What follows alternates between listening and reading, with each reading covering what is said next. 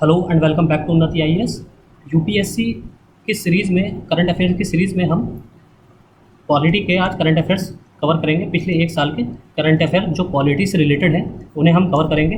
Polity से related पिछले एक साल के करंट अफेयर्स पर हमारे दो लेक्चर आएंगे, एक आज और एक लेक्चर कल अपलोड करेंगे। और पिछला जुलाई से 2020 से लेकर जुलाई 2021 तक का सारा करंट अफेयर्स हम इन दो लेक्चर्स में कवर कर लेंगे। साथ ही साथ कल हम आपको जुलाई 2021 तक का जो करंट अफेयर्स का पार्ट 2 आएगा पॉलिटी से रिलेटेड, उसी के साथ हम शाम में आपको एक एमसीक्यूज़ का लेक्चर प्रोवाइड करेंगे इंडियन नेशनल मूवमेंट पर, यानी कि इंडियन मॉडर्न हिस्ट्री पर। मॉडर्न हिस्ट्री से रिलेटेड हमारा भारत का स्वतंत्रता संग्राम से रिलेटेड जो एमसीक्यूज़ होंगे उसकी हम एक सीरीज़ आपको प्रोवाइड करेंगे कल शाम, और कल सुबह में पार्ट 2 आएगा आज के लेक्चर का पॉलिटी का।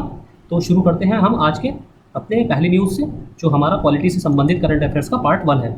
तो पहली न्यूज़ है इंटरपोल से रिलेटेड। तो अब हमें, जैसे कि पिछले साल न्यूज़ में था कि इंटरपोल से रेड नोटिस जारी किया गया था। जैसे कि आपको पता होगा, आपने सुना होगा न्यूज़ में कि ईरान के जो एक मेजर जनरल थे कासिम सुलेमानी का मर्डर करने की वजह से ईरान ने एक रेड नोटिस इंटरपोल से जारी करने की गुजारिश की थी डोनाल्ड ट्रंप के खिलाफ। तो अब हमें जानना है दो चीज़ें कि इंटरपोल क्या है और दूसरा इसके जो अलग अलग नोटिस हैं, क्योंकि इस तरह के नोटिस या इस तरह के स्पेशल टर्म्स जो अक्सर न्यूज़ में रहते हैं वो यूपीएससी बहुत ज़्यादा फोकस करती है। जैसे कि एक बार जो हमारा यूएनएससी का यूनाइटेड नेशन सिक्योरिटी काउंसिल के जो संकल्प होते हैं, कभी कभी इससे क्वेश्चन एक बार पूछा जा चुका है कि जो प्रपोजल 1267 किससे संबंधित है। इसी तरह से डायरेक्ट क्वेश्चन पूछ लिया जाता है। तो आपसे ये भी पूछा जा सकता है, जैसे कि डब्ल्यूएचओ से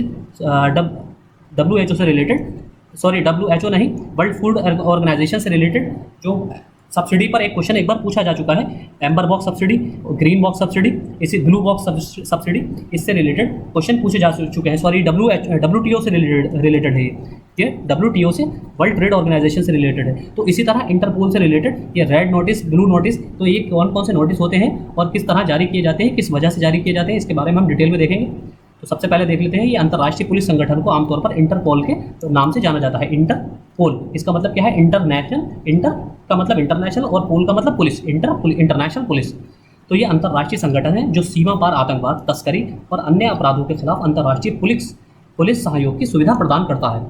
इंटरपोल की गतिविधियों के संबंध में सभी निर्णय महासभा, यानी कि इसकी एक जनरल असेंबली होती है, उसी के द्वारा सारे डिसीजन लिए जाते हैं जनरल असेंबली के द्वारा, जो इसका सर्वोच्च शासी निकाय है, यानी कि इसकी हाईएस्ट शासी निकाय एग्जीक्यूटिव बॉडी है, जिसकी वार्षिक बैठक होती है। और ये संयुक्त राष्ट्र प्रणाली का हिस्सा नहीं है। आपसे स्टेटमेंट पे यूपीएससी इस तरह भी क्वेश्चन पूछ सकती है कि ये इंटरपोल का जो गठन किया गया है, इंटरपोल एक इंटरनेशनल पुलिस की गतिविधियों की तरह कार्य करता है और इसका एक सर्वोच्च शासी निकाय है। और स्टेटमेंट 2 ये यूनाइटेड नेशन का एक हिस्सा है, यानी कि यूनाइटेड नेशन का अंग है। इस तरह से भी क्वेश्चन यूपीएससी कभी कभी पूछ लेती है।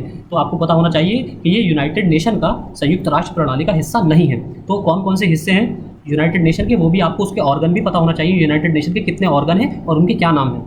अब इसके बारे में कुछ जान लेते हैं। ये एक स्वतंत्र अंतर्राष्ट्रीय संगठन है। इसका मुख्यालय कहाँ है? लियोन, फ्रांस में। बहुत इंपॉर्टेंट न्यूज़ है ये। Lyon, France. स्थापना इसकी 1923। और इंटरपोल, अब हम देख लेते हैं इंटरपोल की जो नोटिस है।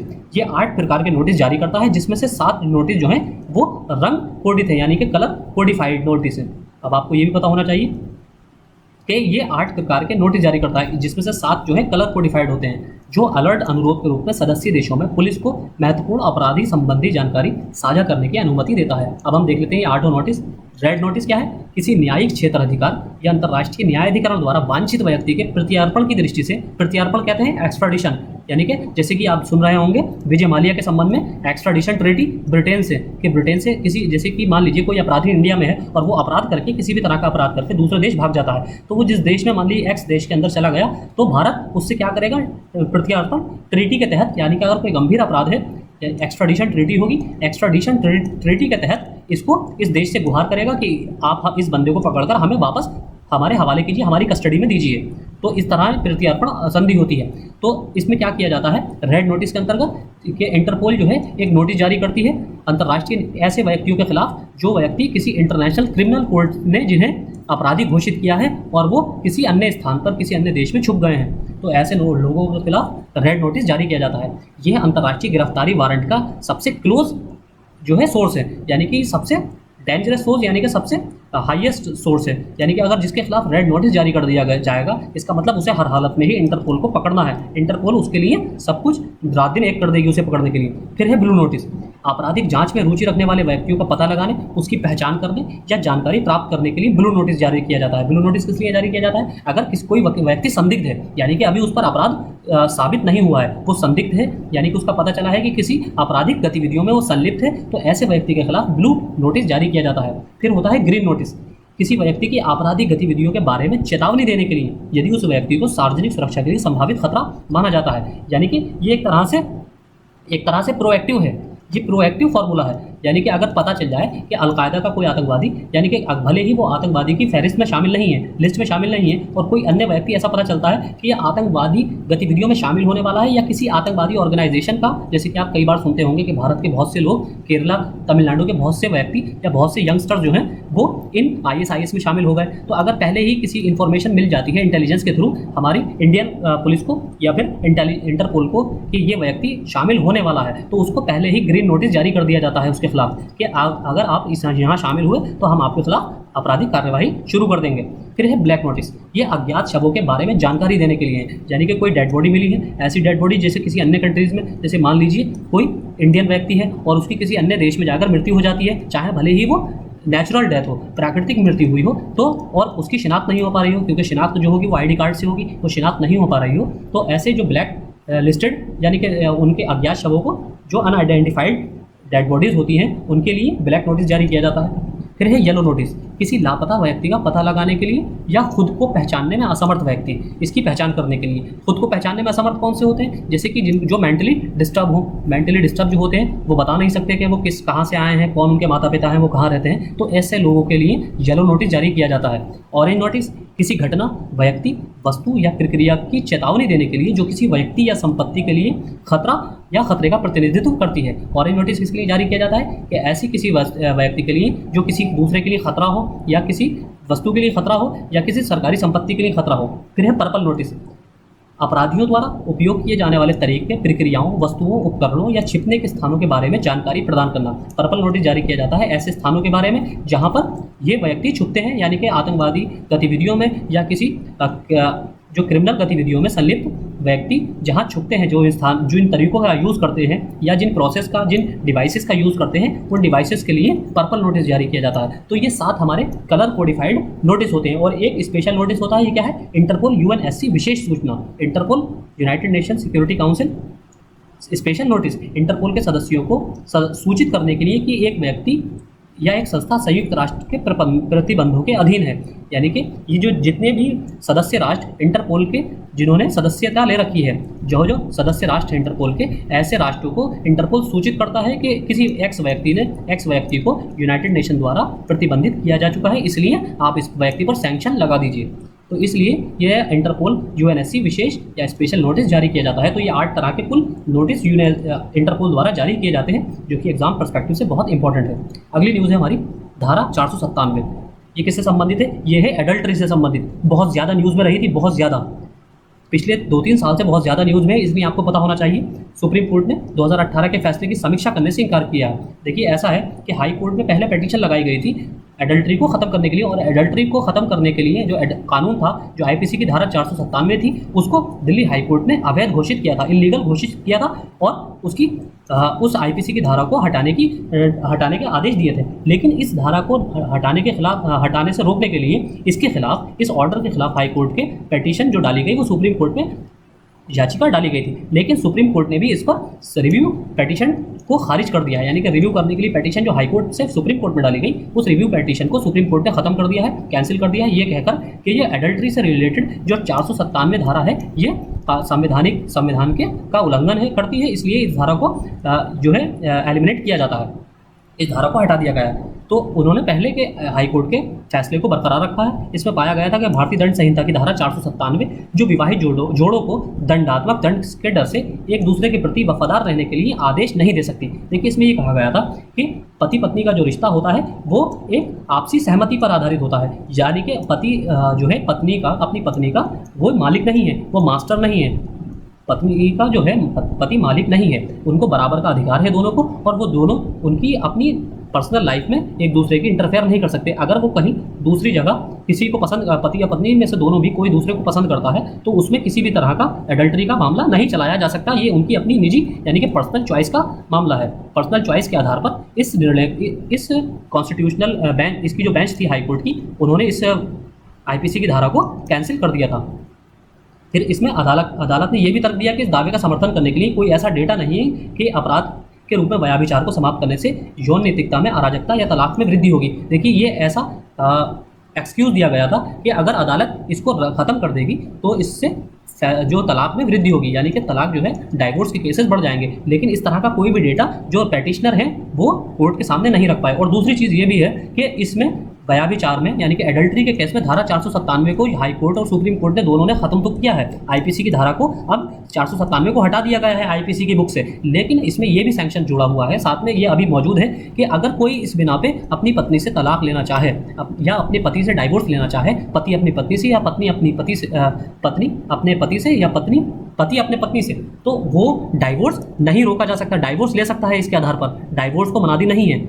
डाइवोर्स को 497 के आधार पर कोई भी पति या पत्नी दोनों में से कोई एक इस आधार पर डाइवोर्स को पेश कर सकता है या डाइवोर्स की मांग कर सकता है। डाइवोर्स को नहीं हटाया गया है, रिपील नहीं किया गया है। लेकिन जो धारा 497 से एडल्ट्री से रिलेटेड है, यानी कि एक पति पत्नी होने के बावजूद किसी थर्ड पर्सन से रिलेशन रखना, उसको जो क्रिमिनल एक्टिविटीज से बाहर कर दिया गया है। अगली न्यूज़ है हमारी विकलांग व्यक्ति अधिकार। अब सुप्रीम कोर्ट ने अपने फैसले में, बहुत इंपॉर्टेंट न्यूज़ है ये, डायरेक्ट क्वेश्चन आपसे पूछा जा सकता है कि हाल ही में सुप्रीम कोर्ट ने किस श्रेणी के लोगों को सामाजिक रूप से पिछड़े श्रेणी के लोगों में के अंतर्गत सूचित किया है। तो वो कौन है? विकलांग व्यक्ति। विकलांग व्यक्ति को सामाजिक रूप से पिछड़ा घोषित किया गया है सुप्रीम कोर्ट ने अपने फैसले में।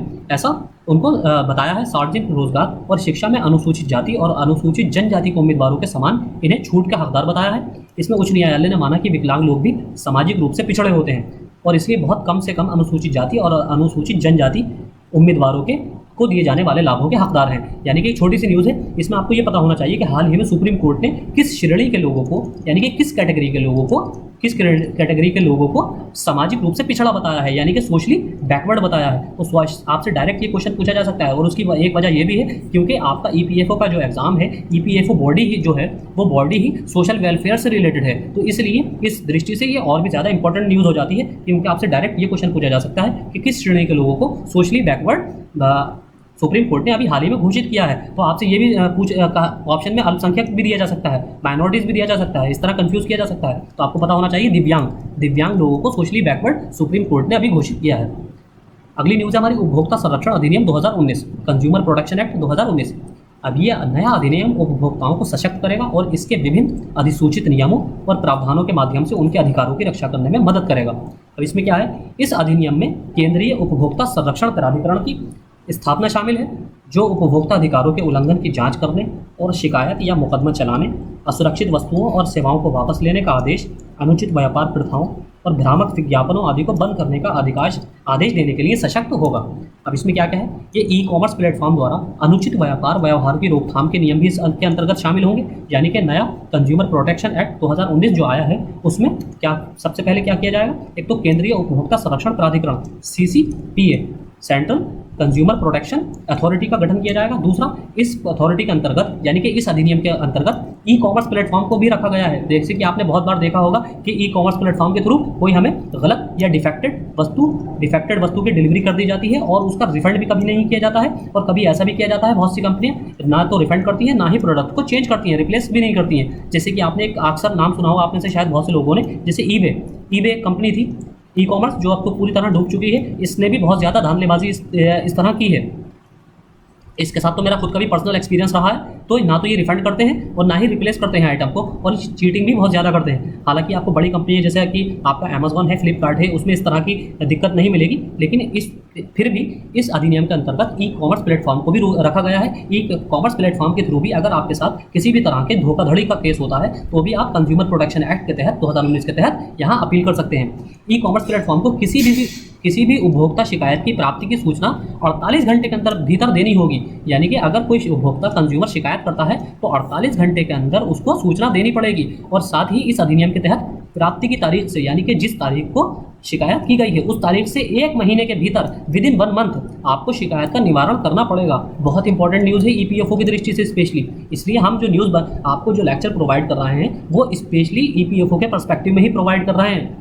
नया अधिनियम उत्पाद दायित्व की अवधारणा का परिचय देता है और मुआवजे के किसी भी दावे के लिए उत्पाद निर्माता, उत्पाद सेवा प्रदाता और उत्पाद विक्रेता को इसके दायरे में लाता है। देखिए इसमें तीनों को कवर किया गया है, यानी कि अगर किसी भी तरह की धोखाधड़ी कंज्यूमर के साथ की जाएगी तो एक दूसरे के ऊपर, जैसे कि बहुत सी आपने देखा होगा ना, अमेजोन क्या करती है, अमेजोन है या फ्लिपकार्ट है, ये एक प्लेटफॉर्म प्रोवाइड करते हैं। इन्होंने एक प्लेटफॉर्म प्रोवाइड किया, यहाँ पर आप भी अपना सामान ले जाकर बेच सकते हैं, यहाँ पर कोई दूसरा व्यक्ति भी अपना सामान बेच सकता है, यहाँ कोई तीसरा, इसी तरह हज़ारों व्यक्ति, हज़ारों सेलर अपना सामान बेच सकते हैं और इसी तरह हज़ारों लाखों कस्टमर या कंज्यूमर इनके होते हैं सामान खरीदने के लिए। लेकिन मान लीजिए किसी एक सेलर ने चीट कर दिया, तो आप सेलर को थोड़ी सेलर पर केस थोड़ी करेंगे, आप डायरेक्ट अमेजोन के खिलाफ अमेजोन पे कंप्लेंट डालेंगे। तो अमेजोन क्या करेगा, अमेजोन अपने सेलर को देखेगा, सेलर से बात करेगा। तो एक दूसरे के ऊपर आरोप प्रत्यारोप ना लगाने के बजाय, क्योंकि पहले कंपनियां क्या करती थी, अमेजोन कहता था कि सेलर ने डिफॉल्ट किया, हमारी कोई गलती नहीं है, कंज्यूमर कहता था कि इन्होंने अमेजोन ने किया है, अमेजोन कहता था सेलर ने किया, सेलर कहती थी अमेजोन ने किया है, अमेजोन कहता था कि डिलीवरी वाले ने किया है। तो इस तरह एक दूसरे के ऊपर आरोप प्रत्यारोप लगते रहते थे और नुकसान किसका होता था, कंज्यूमर का। तो अब इस अधिनियम में क्या किया गया है कि मुआवजे के अंदर अब जो सेलर है वो भी शामिल होगा,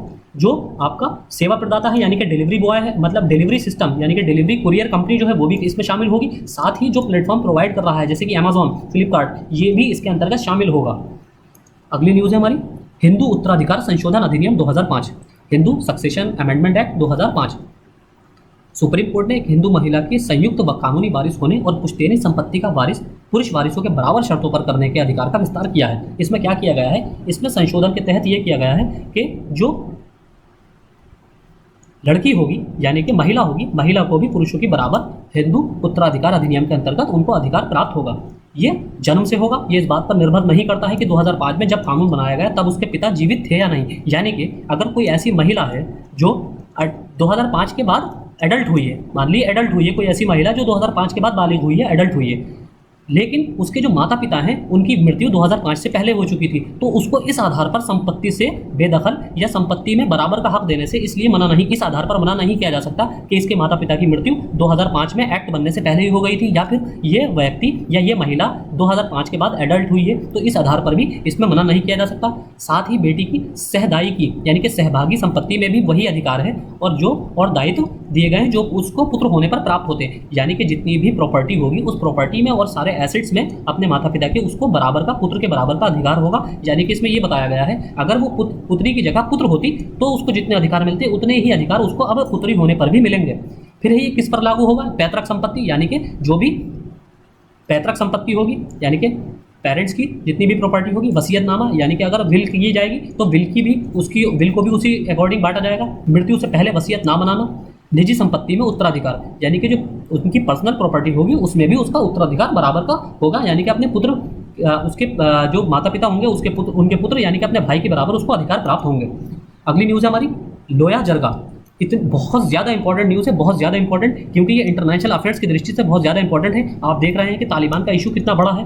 ये लोया जरगा, ये न्यूज़, ये वर्ड जो है आज से 2 या 3 साल पहले भी बहुत ज़्यादा न्यूज़ में रहा था और पिछले 2-3 महीने से ये दोबारा न्यूज़ में आ गया है। तो ये लोया जरगा है क्या, पहले तो आपको ये पता होना चाहिए कि ये अफगानिस्तान से रिलेटेड न्यूज़ है, ये अफगानिस्तान से रिलेटेड वर्ड है, ये वहाँ का कल्चरल न्यूज़ है और वहाँ की लोकल लैंग्वेज में लोया जरगा किसको कहा जाता है, एक जनरल मीटिंग को, जनरल मीटिंग यानी कि आम सभा जो करी जाती है, असेंबली जो होती है, उस मीटिंग को लोया जरगा कहा जाता है। तो ये अफगानों की लगभग 400 विवादास्पद उग्रवादी कैदियों की रिहाई को मंजूरी दी है। इसमें 3 दिवसीय लोया जरगा के अंत में प्रस्ताव पारित किया गया। इसमें क्या होता है, एक मीटिंग होती है, मीटिंग में प्रपोजल पास किए जाते हैं, तो जो मीटिंग चलती है उस मीटिंग में इकट्ठा होने को क्या कहा जाता है, लोया जिरगा, लोया जिरगा।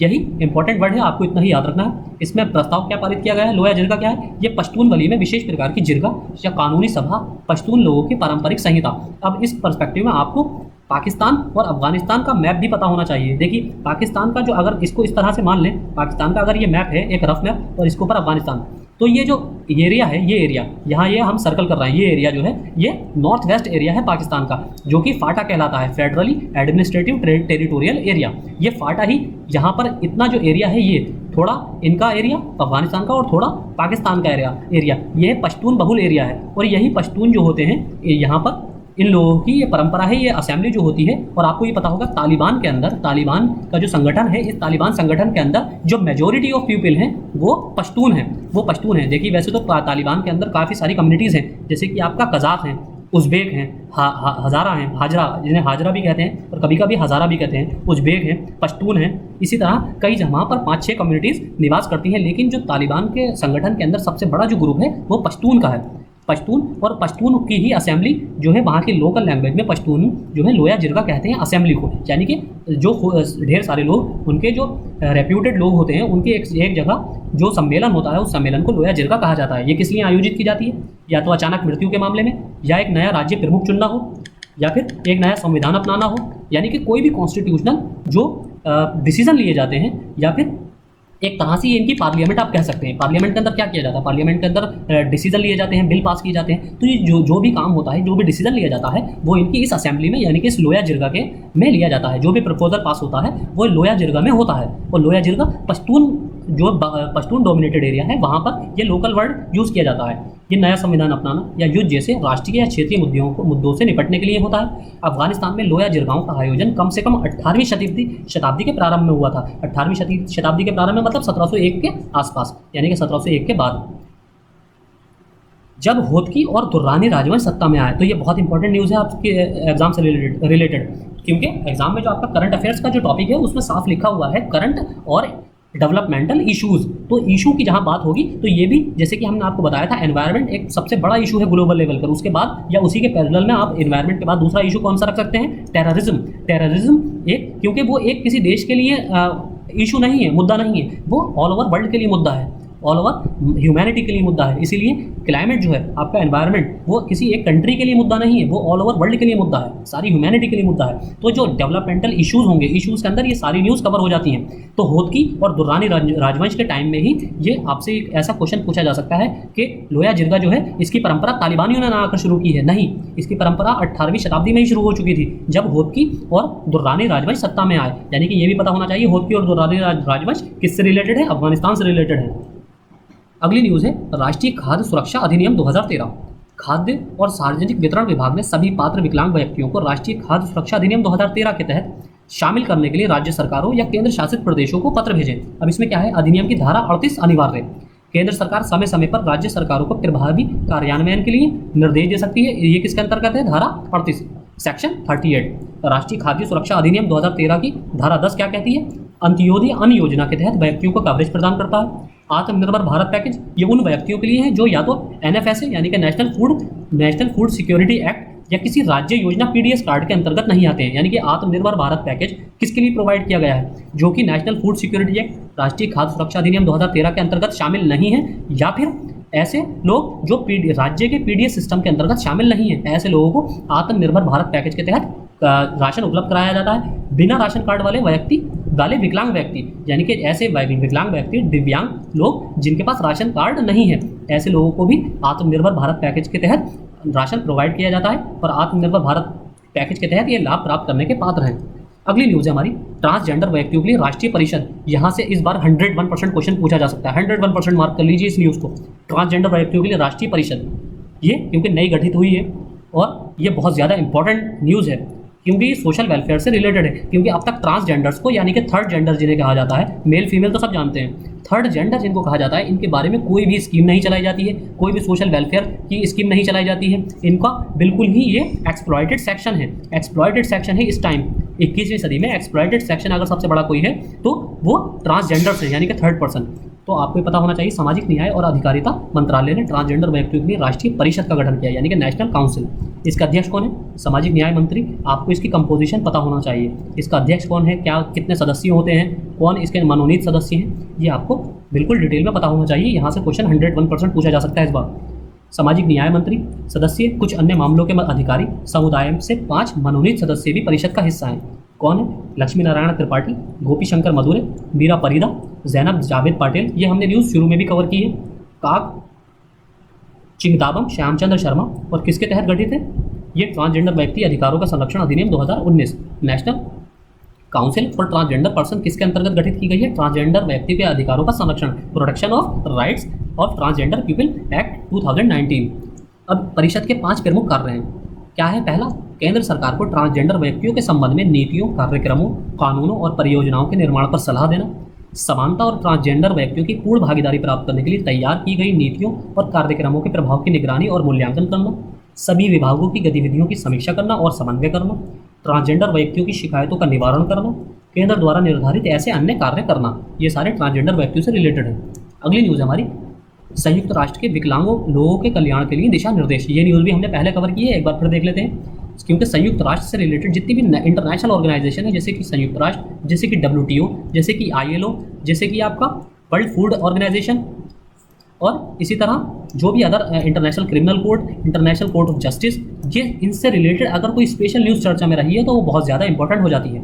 अब इन्होंने संयुक्त राष्ट्र ने, यूनाइटेड नेशन ने विकलांग लोगों के लिए, दिव्यांग लोगों के लिए 10 दिशा निर्देश जारी किए, यानी कि उन्होंने 10 प्रिंसिपल्स बताए हैं जो इनके कल्याण के लिए, दिव्यांग लोगों के कल्याण के लिए बहुत ज़्यादा ज़रूरी है, जो दुनिया भर में न्याय प्रणाली तक पहुँच जिससे इनकी आसान हो सके।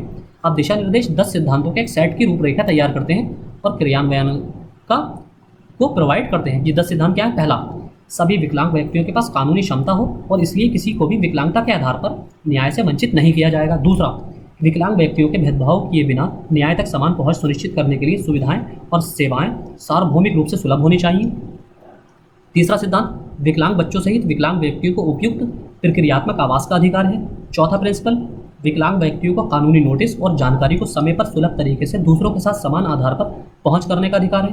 पांचवा, विकलांग व्यक्ति अन्य लोगों के साथ समान आधार पर अंतर्राष्ट्रीय कानून में मान्यता प्राप्त सभी वास्तविक और प्रक्रियात्मक सुरक्षा उपायों के हकदार हैं और राज्यों को उचित प्रक्रिया की गारंटी के लिए आवश्यक आवास प्रदान करना चाहिए।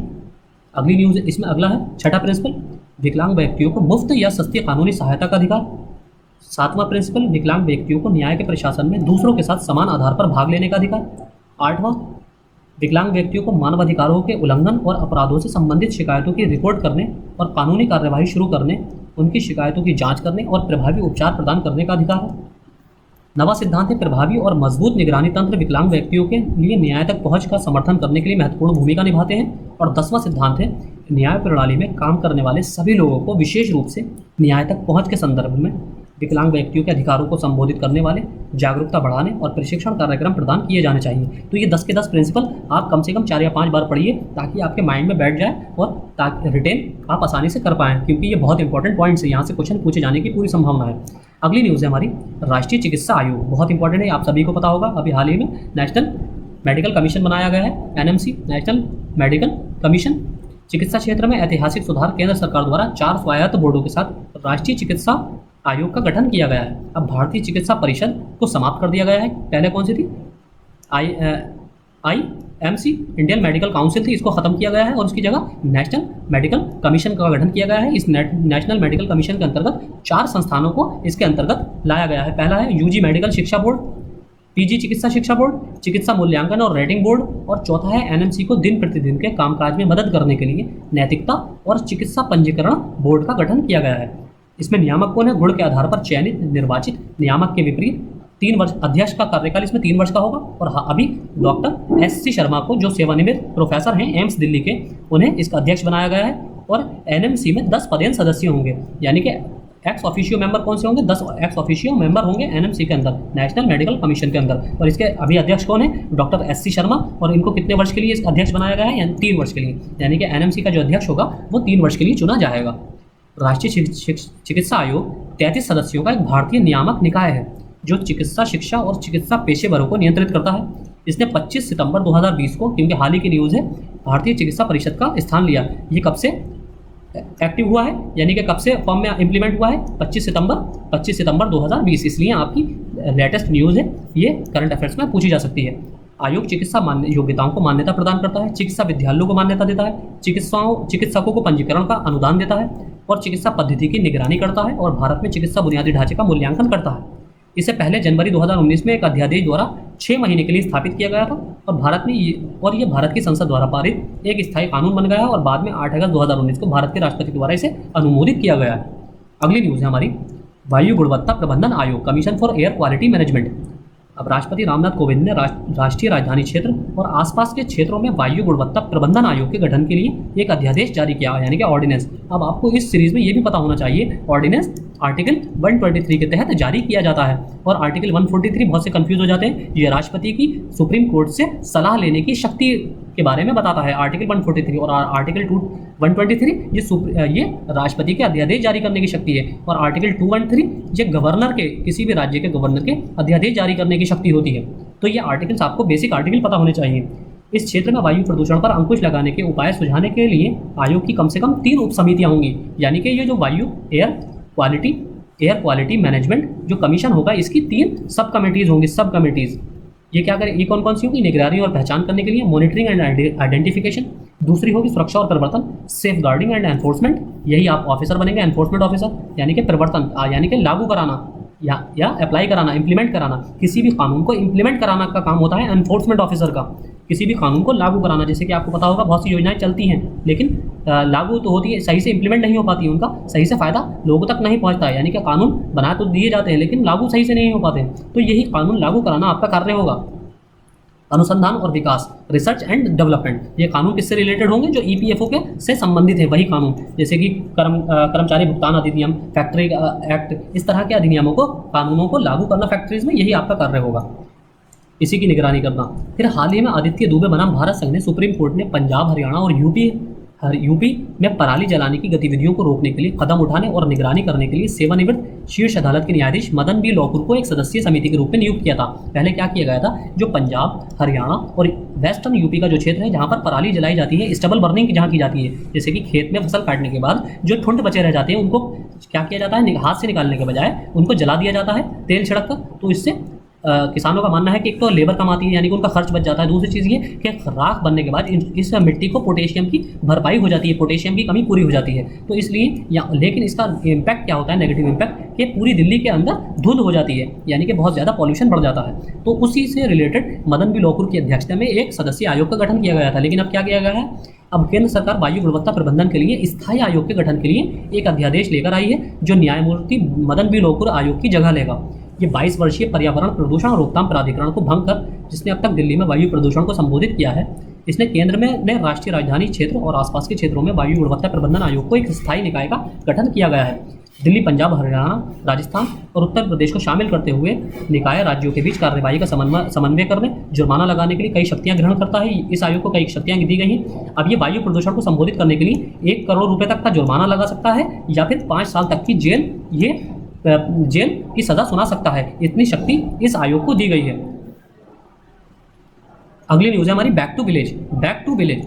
जम्मू कश्मीर सरकार ने महत्वाकांक्षी बैक टू विलेज कार्यक्रम के तीसरे चरण की घोषणा की है। अब ये क्या है, ये कार्यक्रम का उद्देश्य समान विकास के मिशन को पूरा करने का संयुक्त प्रयास में राज्य के लोगों और सरकारी अधिकारियों को शामिल करना है। इसका उद्देश्य पंचायतों को सक्रिय करना और सामुदायिक भागीदारी के माध्यम से ग्रामीण क्षेत्रों में विकास के प्रयासों को प्रत्यक्ष रूप से लागू करना है। अब इसको 3 चरणों में लागू किया गया है। ये तीसरा चरण है बैक टू विलेज प्रोग्राम का। पहले तो आपको याद रखना है कि ये बैक टू विलेज प्रोग्राम का तीसरा चरण है। इसको कहाँ लागू किया गया है, जम्मू कश्मीर में, और जम्मू कश्मीर में इसको लागू किया गया है। इसका उद्देश्य क्या है, पंचायतों को सक्रिय करना और सामुदायिक भागीदारी के माध्यम से ग्रामीण क्षेत्रों में के विकास के प्रयासों को प्रत्यक्ष रूप से लागू करना। पहला चरण लोगों की शिकायतों और मांगों को समझने के लिए है। दूसरा चरण, इसने पंचायतों को शक्तियों के हस्तांतरण पर ध्यान केंद्रित किया और ये समझने की कोशिश की कि पंचायतें कैसे काम कर रही हैं और शिकायतें और मांगे क्या हैं। और तीसरा चरण शिकायत निवारण के रूप में डिजाइन किया गया है। इसकी विशेषताएं, कार्यक्रम के हिस्से के रूप में प्रत्येक राजपत्रित अधिकारी को एक ग्राम पंचायत सौंपी जाएगी, जहां वो बातचीत करेगा पंचायत प्रतिनिधियों से, उनकी चिंताओं, विकास संबंधी जरूरतों और क्षेत्र की आर्थिक क्षमता के बारे में प्रतिक्रिया प्राप्त करेगा। और प्राप्त फीडबैक से सरकार को जरूरतों के आकलन में मदद मिलेगी और बाद में केंद्र और राज्य सरकार की विभिन्न योजनाएं या कार्यक्रमों को गांव विशिष्ट सेवाओं के वितरण में सुधार लाने और बेहतर सुविधाओं और आर्थिक उत्थान के मामले में गांव के जीवन को बेहतर बनाने में मदद मिलेगी। इसमें क्या किया जाएगा कि हर गांव में, हर ग्राम पंचायत में एक गजेटेड ऑफिसर को नियुक्त किया जाएगा। गजेटेड ऑफिसर वहां पर गांव के लोगों से, ग्राम पंचायतों से वहां की परेशानियां सुनेगा और परेशानियां सुनने के बाद जो वहां की जरूरतें होंगी, यानी कि वहां की जो डिमांड्स होंगी, उन डिमांड्स को एक फीडबैक के रूप में केंद्र सरकार को या स्टेट गवर्नमेंट को प्रदान करेगा। और प्रदान करने के बाद उसी के आधार पर स्टेट गवर्नमेंट या सेंट्रल गवर्नमेंट अपनी पॉलिसीज उस गांव के लिए स्पेशल पॉलिसीज लेकर आएंगे। अगली न्यूज़ है आयुर्वेद शिक्षण और अनुसंधान संस्थान विधेयक 2020, institute of teaching and research in Ayurveda bill 2020। यह राज्यसभा में आयुर्वेद शिक्षण और अनुसंधान संस्थान विधेयक 2020 को पारित किया गया है। ये किसका विलय करता है? बिल का उद्देश्य 3 संस्थानों को एक एकीकृत केंद्र में विलय करना है, जिसमें आयुर्वेद में शिक्षण और अनुसंधान संस्थान कहा जाएगा, जो गुजरात के जामनगर में स्थित होगा। यानी कि कहाँ बनाया जा रहा है ये? गुजरात के जामनगर में। जामनगर राष्ट्रीय महत्व के संस्थान का दर्जा पाने वाला पहला आयुर्वेद संस्थान होगा, यानी कि institute of national importance, INI, institute of national importance का दर्जा प्राप्त करने वाला पहला आयुर्वेद संस्थान होगा ये। तो ये भी आपको इंपॉर्टेंट न्यूज़ है, पहला है इसलिए आपको याद रखना जरूरी है। और गुजरात के जामनगर में स्थित होगा। तो ये 3 संस्थानों को इंटीग्रेट करके एक संस्थान बनाया जाएगा। संस्थान का उद्देश्य पहला, आयुर्वेद और फार्मेसी में चिकित्सा शिक्षण में शिक्षण के पैटर्न विकसित करेगा। दूसरा है आयुर्वेद की सभी शाखाओं में कर्मियों के प्रशिक्षण के लिए शैक्षिक सुविधाओं को एक साथ लाएगा। संस्थान की संरचना में 15 सदस्य शामिल होंगे। आयुष मंत्री, आयुर्वेद के सचिव और तकनीकी प्रमुख सचिव, स्वास्थ्य विभाग गुजरात सरकार, संस्थान के निदेशक, महानिदेशक, केंद्रीय आयुर्वेद संस्थान परिषद और शिक्षा, उद्योग और अनुसंधान में विशेषज्ञता वाले आयुर्वेद के 3 विशेषज्ञ और 3 संसद सदस्य, ये इसके सदस्य होंगे। संस्थान के कार्यों में शामिल होंगे पहला, आयुर्वेद में स्नातक और स्नातकोत्तर शिक्षण प्रदान करना फार्मेसी सहित। दूसरा, आयुर्वेद में स्नातक और स्नातकोत्तर अध्ययन दोनों के लिए पाठ्यक्रम भी निर्धारित करना, यानी कि ये सिलेबस भी डिसाइड करेगा। आयुर्वेद में ग्रेजुएशन का सिलेबस और PG syllabus, post graduation syllabus भी डिसाइड करेगा। साथ ही ये इसमें डिग्री, यानी कि डिग्री और पोस्ट ग्रेजुएट डिग्री प्रदान करेगा। PG डिग्री भी प्रदान करेगा और ग्रेजुएट डिग्री भी ये प्रदान करेगा। संस्था का फंड कहाँ से आएगा? संस्था को केंद्र सरकार और अन्य स्रोतों से धन प्राप्त होगा। संस्थान के खातों की लेखा परीक्षा भारत के नियंत्रक एवं महालेखा परीक्षक द्वारा की जाएगी। बहुत इंपॉर्टेंट फैक्ट है, यानी कि कंट्रोलर और ऑडिटर जनरल इसकी खातों का ऑडिट करेंगे। अगली न्यूज़ है विश्व चुनाव निकायों का संघ, association of world election bodies. Very very important, इसको मार्क कर लीजिए। जिस तरह इलेक्शन कमीशन हमारा न्यूज़ में रहा है पूरे पिछले 5-6 महीने, उसके पर्सपेक्टिव में आप इस न्यूज़ को बिल्कुल रट लीजिए। भारत ने चुनाव आयोग ने विश्व चुनाव निकायों का संघ, association of world election bodies की अध्यक्षता का 1 वर्ष पूरा किया है, यानी कि अभी भारत इसका अध्यक्ष है। ये क्या है? दुनिया भर में चुनाव प्रबंधन निकायों को सबसे बड़ा संघ है, यानी कि सबसे बड़ा एसोसिएशन है ये इलेक्शन मैनेजमेंट बॉडीज का। 14 अक्टूबर 2013 को सोंगडू दक्षिण कोरिया में इसको स्थापित किया गया। बहुत इंपॉर्टेंट न्यूज़ है। फाउंडेशन कब हुई इसकी? 2013 में। कहाँ पर? साउथ कोरिया में, साउथ कोरिया के शहर में सोंगडू। सचिवालय सियोल में। सियोल कहाँ है? दक्षिण अफ्रीका की राजधानी सियोल में इसका सचिवालय है।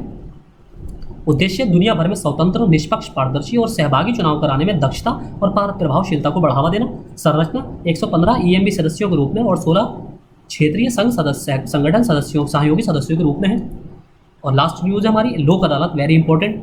ओडिशा के दिहाड़ी मजदूर ने प्रधानमंत्री के खिलाफ लोक अदालत का दरवाजा खटखटाया। अब ये न्यूज़ इंपॉर्टेंट क्या है हमारे लिए? लोक अदालत क्या होती है? लोक अदालत वैकल्पिक विवाद निवारण तंत्रों में से एक है, यानी कि ये अल्टरनेटिव क्या है? सबसे पहले तो आपको ये पता होना चाहिए, अल्टरनेटिव विवाद निपटारण, यानी कि डिस्प्यूट रेडरेसल मैकेनिज्म है। ये एक ऐसा मंच है जहां कानून की अदालत ने या पूर्व मुकदमेबाजी स्तर पर लंबित विवादों मामलों को सौहार्दपूर्ण ढंग से निपटाया या समझौता किया जाता है। यहाँ क्या होता है लोक अदालत के अंदर? ये जैसे कि इसके नाम से ही जाहिर है, लोक अदालत यानी कि जन अदालत। यहाँ क्या किया जाता है? जैसे कि मान लीजिए X और Y 2 लोग हैं, इन दोनों के बीच में किसी चीज़ को लेकर डिस्प्यूट हो जाता है। मान लीजिए प्रॉपर्टी को ही लेकर डिस्प्यूट हो जाता है। तो इसमें क्या होता है, ये अब ये सोचते हैं कि मेरे पास कमाई है, Y सोचता है मेरे पास कमाई है, तो ये अदालत की तरफ जाने की सोचते हैं। लेकिन उससे पहले क्या करेंगे? ये जन अदालत में चले जाएंगे, यानी कि लोक अदालत का दरवाजा खटखटाएंगे। यहाँ पर क्या करना पड़ेगा इन्हें? क्योंकि यहाँ पर डायरेक्ट यहाँ पर आर्बिट्रेशन का काम होता है, यानी कि यहाँ समझौता भी हो सकता है या यही डायरेक्ट फैसला सुना सकती है। और इस फैसले के बाद अगर ये दोनों संतुष्ट हैं तो ये इनको अदालत जाने की, यानी कि किसी न्यायालय में जाने की आवश्यकता नहीं पड़ेगी। अब वैधानिक प्रावधान या कानूनी सेवा प्राधिकरण अधिनियम 1987 के तहत लोक अदालतों को वैधानिक दर्जा दिया गया है। ये भी इंपॉर्टेंट फैक्ट है, आपको पता होना चाहिए कि वैधानिक प्रावधान कानूनी सेवा प्राधिकरण अधिनियम 1987 के तहत लोक अदालतों को वैधानिक दर्जा दिया गया है, यानी कि स्टैट्यूटरी जो इनको दर्जा दिया गया है, स्टेटस दिया गया है, वो 1987 के अधिनियम के तहत दिया गया है। ये अंतिम निर्णय दे सकता है, यानी कि लोक अदालतों द्वारा दिए गए निर्णय, एक फैक्ट इंपॉर्टेंट है इस स्लाइड में, लोक अदालतों द्वारा दिए गए निर्णय को एक दीवानी अदालत का फैसला माना जाता है और ये सभी पक्षों के लिए अंतिम और बाध्यकारी है, यानी कि फाइनल डिसीजन है और बाइंडिंग है, इसको मानना ही मानना है, कोई अपील नहीं। लोक अदालत द्वारा किए गए फैसले के खिलाफ अपील का कोई प्रावधान नहीं है, लेकिन वे अपने मुकदमेबाजी के अधिकार का प्रयोग करते हुए आवश्यक प्रक्रिया का पालन करते हुए मामला दर्ज करके उचित अधिकार क्षेत्र की अदालत में जाकर मुकदमा शुरू करने के लिए स्वतंत्र होते हैं। न्यायालय शुल्क, जब लोक अदालत में मामला दायर किया जाता है तो कोई अदालत शुल्क दे नहीं होता, यानी कि लोक अदालत की कोई फीस नहीं होती, कोई चार्ज नहीं होता। नोट, अब इसमें स्पेशल नोट क्या है, यदि अदालत में लंबित मामला लोक अदालत को भेजा जाता है, यानी कि मान लीजिए आपने पहले ही हाई कोर्ट में कोई केस दायर कर दिया है, लेकिन हाई कोर्ट ने क्या किया, उस फैसले उस केस को उसने सोचा कि ये ज़्यादा इंपॉर्टेंट केस नहीं है, इसको लोक अदालत के पास भेज दिया जाए, उसने लोक अदालत के पास भेज दिया। हालांकि आप हाई कोर्ट में अप्लाई कर चुके थे और आपने वहाँ पर फीस भी सबमिट कर दी थी, लेकिन जब वो लोक अदालत को ट्रांसफर कर देगा हाई कोर्ट, तो क्या करेगा लोक अदालत, और अगर फैसला आ जाएगा यानी कि फैसले से आप संतुष्ट हैं, तो फिर आपको जो हाई कोर्ट की फीस है वो भी वापस कर दी जाएगी।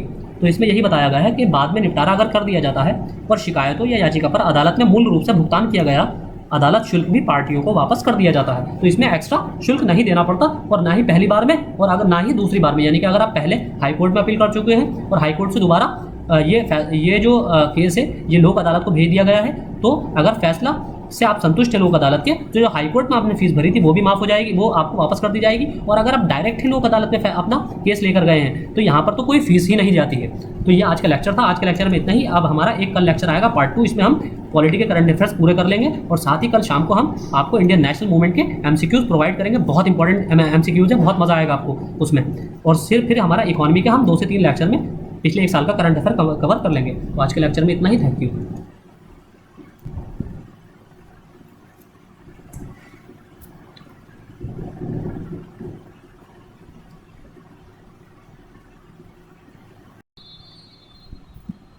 Hello and welcome back to Unnati IAS.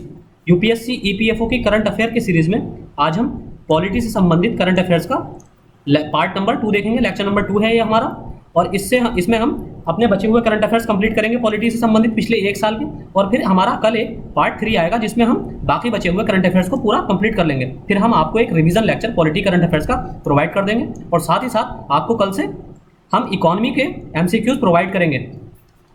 और टाइम अगर बचेगा हमारे पास तो हम आपको इकोनॉमी से रिलेटेड करंट अफेयर्स भी प्रोवाइड करने की पिछले एक साल की कोशिश करेंगे, लेकिन हम ज़्यादातर फोकस करेंगे आपके इकोनॉमी पर, इकोनॉमी से के एमसीक्यूज पर, ताकि आपको डायरेक्टली आप जो कॉन्सेप्चुअल आपकी नॉलेज है वो बिल्डअप हो जाए। क्योंकि आपको जो क्वेश्चन इकोनॉमी से पूछे जाएंगे वो एकदम बेसिक कॉन्सेप्चुअल क्वेश्चन पूछे जाएंगे। जैसे कि अगर आप प्रीवियस ईयर के पेपर देखेंगे तो आपको जीएनपी से संबंधित एक क्वेश्चन पूछा गया है। क्वेश्चन पूछा गया है आपका वितरण सिद्धांत से क्वेश्चन पूछा गया है, आपका विचलन से, मानक विचलन, डिस्पर्शन, स्टेटिस्टिक्स से क्वेश्चन पूछा गया है। अगर होगा हम आपको कुछ परिभाषाएं भी कवर कराने की कोशिश करेंगे। और ये लेक्चर सीरीज हमारी 3 से 4 तारीख तक चलेगी। आपको एग्जाम से एक दिन पहले तक हम आपको पूरा कवर कराने की कोशिश करेंगे। तो शुरू करते हैं अपनी आज की करंट अफेयर से। पहली हमारी इंपॉर्टेंट न्यूज़ है राष्ट्रीय कामधेनु आयोग। राष्ट्रीय कामधेनु आयोग किससे संबंधित है? ये आपका राष्ट्रीय कामधेनु आयोग ने कामधेनु गो विज्ञान प्रचार प्रसार परीक्षा की घोषणा की है। इसका उद्देश्य क्या है? इसका उद्देश्य है गायों के महत्व के बारे में लोगों में जिज्ञासा पैदा करना और उन्हें गौजातीय प्रजातियों के बारे में संवेदनशील और शिक्षित करना है। तो राष्ट्रीय कामधेनु आयोग किसने शुरू की है ये परीक्षा? कामधेनु गो विज्ञान प्रचार प्रसार परीक्षा किसके द्वारा शुरू की गई है? राष्ट्रीय कामधेनु आयोग के द्वारा। और इसका उद्देश्य क्या है? गायों के महत्व के बारे में लोगों में जिज्ञासा पैदा करना, यानी कि क्यूरियोसिटी पैदा करना, और गौजातीय प्रजातियों के बारे में संवेदनशील और शिक्षित करना। ये कामधेनु आयोग गायों की सुरक्षा के लिए स्थापित पशुपालन और डेयरी विभाग, मत्स्य पालन, पशुपालन और डेयरी मंत्रालय, आपको मिनिस्ट्री भी पता होना चाहिए। ये कौन सी मिनिस्ट्री है? Ministry of fisheries and dairy development. इसका गठन आधुनिक और वैज्ञानिक तर्ज पर पशुपालन को व्यवस्थित करने और नस्लों के संरक्षण और सुधार के लिए कदम उठाने और गायों और बछड़ों के और अन्य दुधारू और मसौदा मवेशियों के वध पर रोक लगाने के लिए किया गया है। जैसे कि आपको पता होगा कि गोवंश प्रजातियों के पशुओं की बहुत ज्यादा उनको हत्या की जाती थी, तो उसी को रोकने के लिए इस आयोग का गठन किया गया है। देश में मवेशियों की 50 अच्छी तरह से परिभाषित नस्लें हैं और भैंसों की 17 नस्लें हैं। तो ये कुछ इसके बारे में डेटा दिया हुआ है। ये नीतियों को तैयार करने और मवेशियों से संबंधित योजनाओं के कार्यान्वयन के लिए दिशा निर्देश प्रदान करने के लिए उच्च अधिकार प्राप्त स्थायी निकाय है, ताकि छोटे और सीमांत किसान, महिलाएं और युवा उद्यमियों के लिए आजीविका सृजन पर अधिक जोर दिया जा सके। तो राष्ट्रीय गोकुल मिशन के एक अभिन्न अंग के रूप में कार्य करता है, यानी कि आपको पता होगा ये भी राष्ट्रीय आपका नेशनल गोकुल मिशन, ये भी आपको पूरा पता होना चाहिए। नेशनल गोकुल मिशन हमने अपनी करंट अफेयर्स की सीरीज में पहले कवर कराया है। राष्ट्रीय गोकुल मिशन दिसंबर 2014 में भारत सरकार द्वारा शुरू किया गया था। देखिए आपको ये पता होना चाहिए, इसमें इससे रिलेटेड क्वेश्चन आपसे इस तरह भी पूछा जा सकता है कि ये किसका अंग है, आपको स्टेटमेंट में दे दिया जाएगा कि राष्ट्रीय गोकुल मिशन का अंग है। आपको मिनिस्ट्री से क्वेश्चन पूछा जा सकता है, किससे संबंधित मिनिस्ट्री के अंतर्गत आता है ये, और इसने परीक्षा किसने शुरू की है? कामधेनु गो विज्ञान प्रचार प्रसार परीक्षा। तो ये इसके कुछ इंपॉर्टेंट फैक्ट हैं। इसका उद्देश्य जैसे कि हमने देखा, स्वदेशी गौजातीय नस्लों का विकास और संरक्षण, गौ जातीय आबादी का आनुवांशिक उन्नयन और दुग्ध उत्पादन और गायों की उत्पादकता को बढ़ाना, जिससे दूध उत्पादन किसानों के लिए अधिक लाभकारी हो। और ये फार्मर्स डबलिंग फार्मर्स इनकम के उद्देश्यों को पूरा करने के लिए भी बहुत ज्यादा जरूरी है। जैसे कि आपको पता होगा 2022 में फार्मरों की इनकम को डबल करने का लक्ष्य रखा गया था। 2016 में स्कीम शुरू की गई थी और इसका लक्ष्य था 2022 तक फार्मर्स इनकम को डबल करना। तो अब ये कितनी डबल हुई है ये वो अलग डिबेट का विषय है, हम उसमें नहीं जाएंगे, हम सिर्फ करंट अफेयर देखेंगे। फिर है डेटा गवर्नेंस क्वालिटी इंडेक्स। उर्वरक विभाग, रसायन और उर्वरक मंत्रालय, ministry of chemical and fertilizers, इसने डेटा गवर्नेंस क्वालिटी इंडेक्स पर 65 मंत्रालय और विभागों में तीसरा स्थान दिया गया है। यानी कि फर्टिलाइजर्स डिपार्टमेंट को इसमें तीसरा स्थान दिया गया है। किसके द्वारा? Data governance quality index. विकास, निगरानी और मूल्यांकन कार्यालय द्वारा संचालित नीति आयोग केंद्रीय क्षेत्र की योजनाओं और केंद्र प्रायोजित योजनाओं के कार्यान्वयन पर विभिन्न मंत्रालयों और प्रदर्शन का आकलन करेगा। इसका उद्देश्य क्या है? स्वस्थ प्रतिस्पर्धा को बढ़ावा देना और सर्वोत्तम प्रथाओं से सहकर्मी सीखने को बढ़ावा देना, वांछित लक्ष्यों को प्राप्त करने के लिए सरकारी नीतियों, योजनाओं और कार्यक्रमों के कार्यान्वयन ढांचे में सुधार करना। इसके 6 प्रमुख विषय हैं। डेटा जनरेशन के आधार पर आधार सामग्री की गुणवत्ता, प्रौद्योगिकी का उपयोग, डेटा विश्लेषण, उपयोग और प्रसार, डेटा सुरक्षा और मानव संसाधन क्षमता और केस स्टडीज। मंत्रालय और विभागों को 6 श्रेणियों में वर्गीकृत किया गया है। प्रशासनिक यानी कि एडमिनिस्ट्रेटिव, सामरिक, स्ट्रेटेजिक, बुनियादी ढांचा, इंफ्रास्ट्रक्चर, सामाजिक, सोशल, आर्थिक, इकोनॉमिक और वैज्ञानिक यानी कि साइंटिफिक। अगली न्यूज हमारी चुनाव चिन्ह, इलेक्शन सिंबल्स, बहुत इंपॉर्टेंट है इस बार। अब चुनाव चिन्ह किस तरह आवंटित किए जाते हैं? देखिए चुनाव चिन्ह होता क्या है पहले देख लेते हैं। यह राजनीतिक दल को आवंटित एक मानकीकृत प्रतीक है यानी कि स्टैंडर्डाइज्ड सिंबल है। चुनाव चिन्ह की आवश्यकता यह कई गैर मान्यता प्राप्त पार्टियों और स्वतंत्र उम्मीदवारों को एक दूसरे से अलग करने में मदद करता है। अब देखिए आपको पता होना चाहिए नेशनल लेवल की पार्टियां कौन सी होती हैं, स्टेट लेवल की पार्टियां कौन सी होती हैं और गैर मान्यता प्राप्त यानी कि नॉन रिकॉग्नाइज्ड या नॉन रजिस्टर्ड पार्टियां कौन सी होती हैं। इन सभी पार्टियों का कैटेगरी अलग अलग होती है। आपको स्पेशली स्टेट पार्टी और नेशनल लेवल की पार्टी का फर्क पता होना चाहिए। ये भी, और नेशनल लेवल में आपको ये भी पता होना चाहिए कि अभी फिलहाल में कितनी नेशनल लेवल की पार्टियां मौजूद हैं भारत में।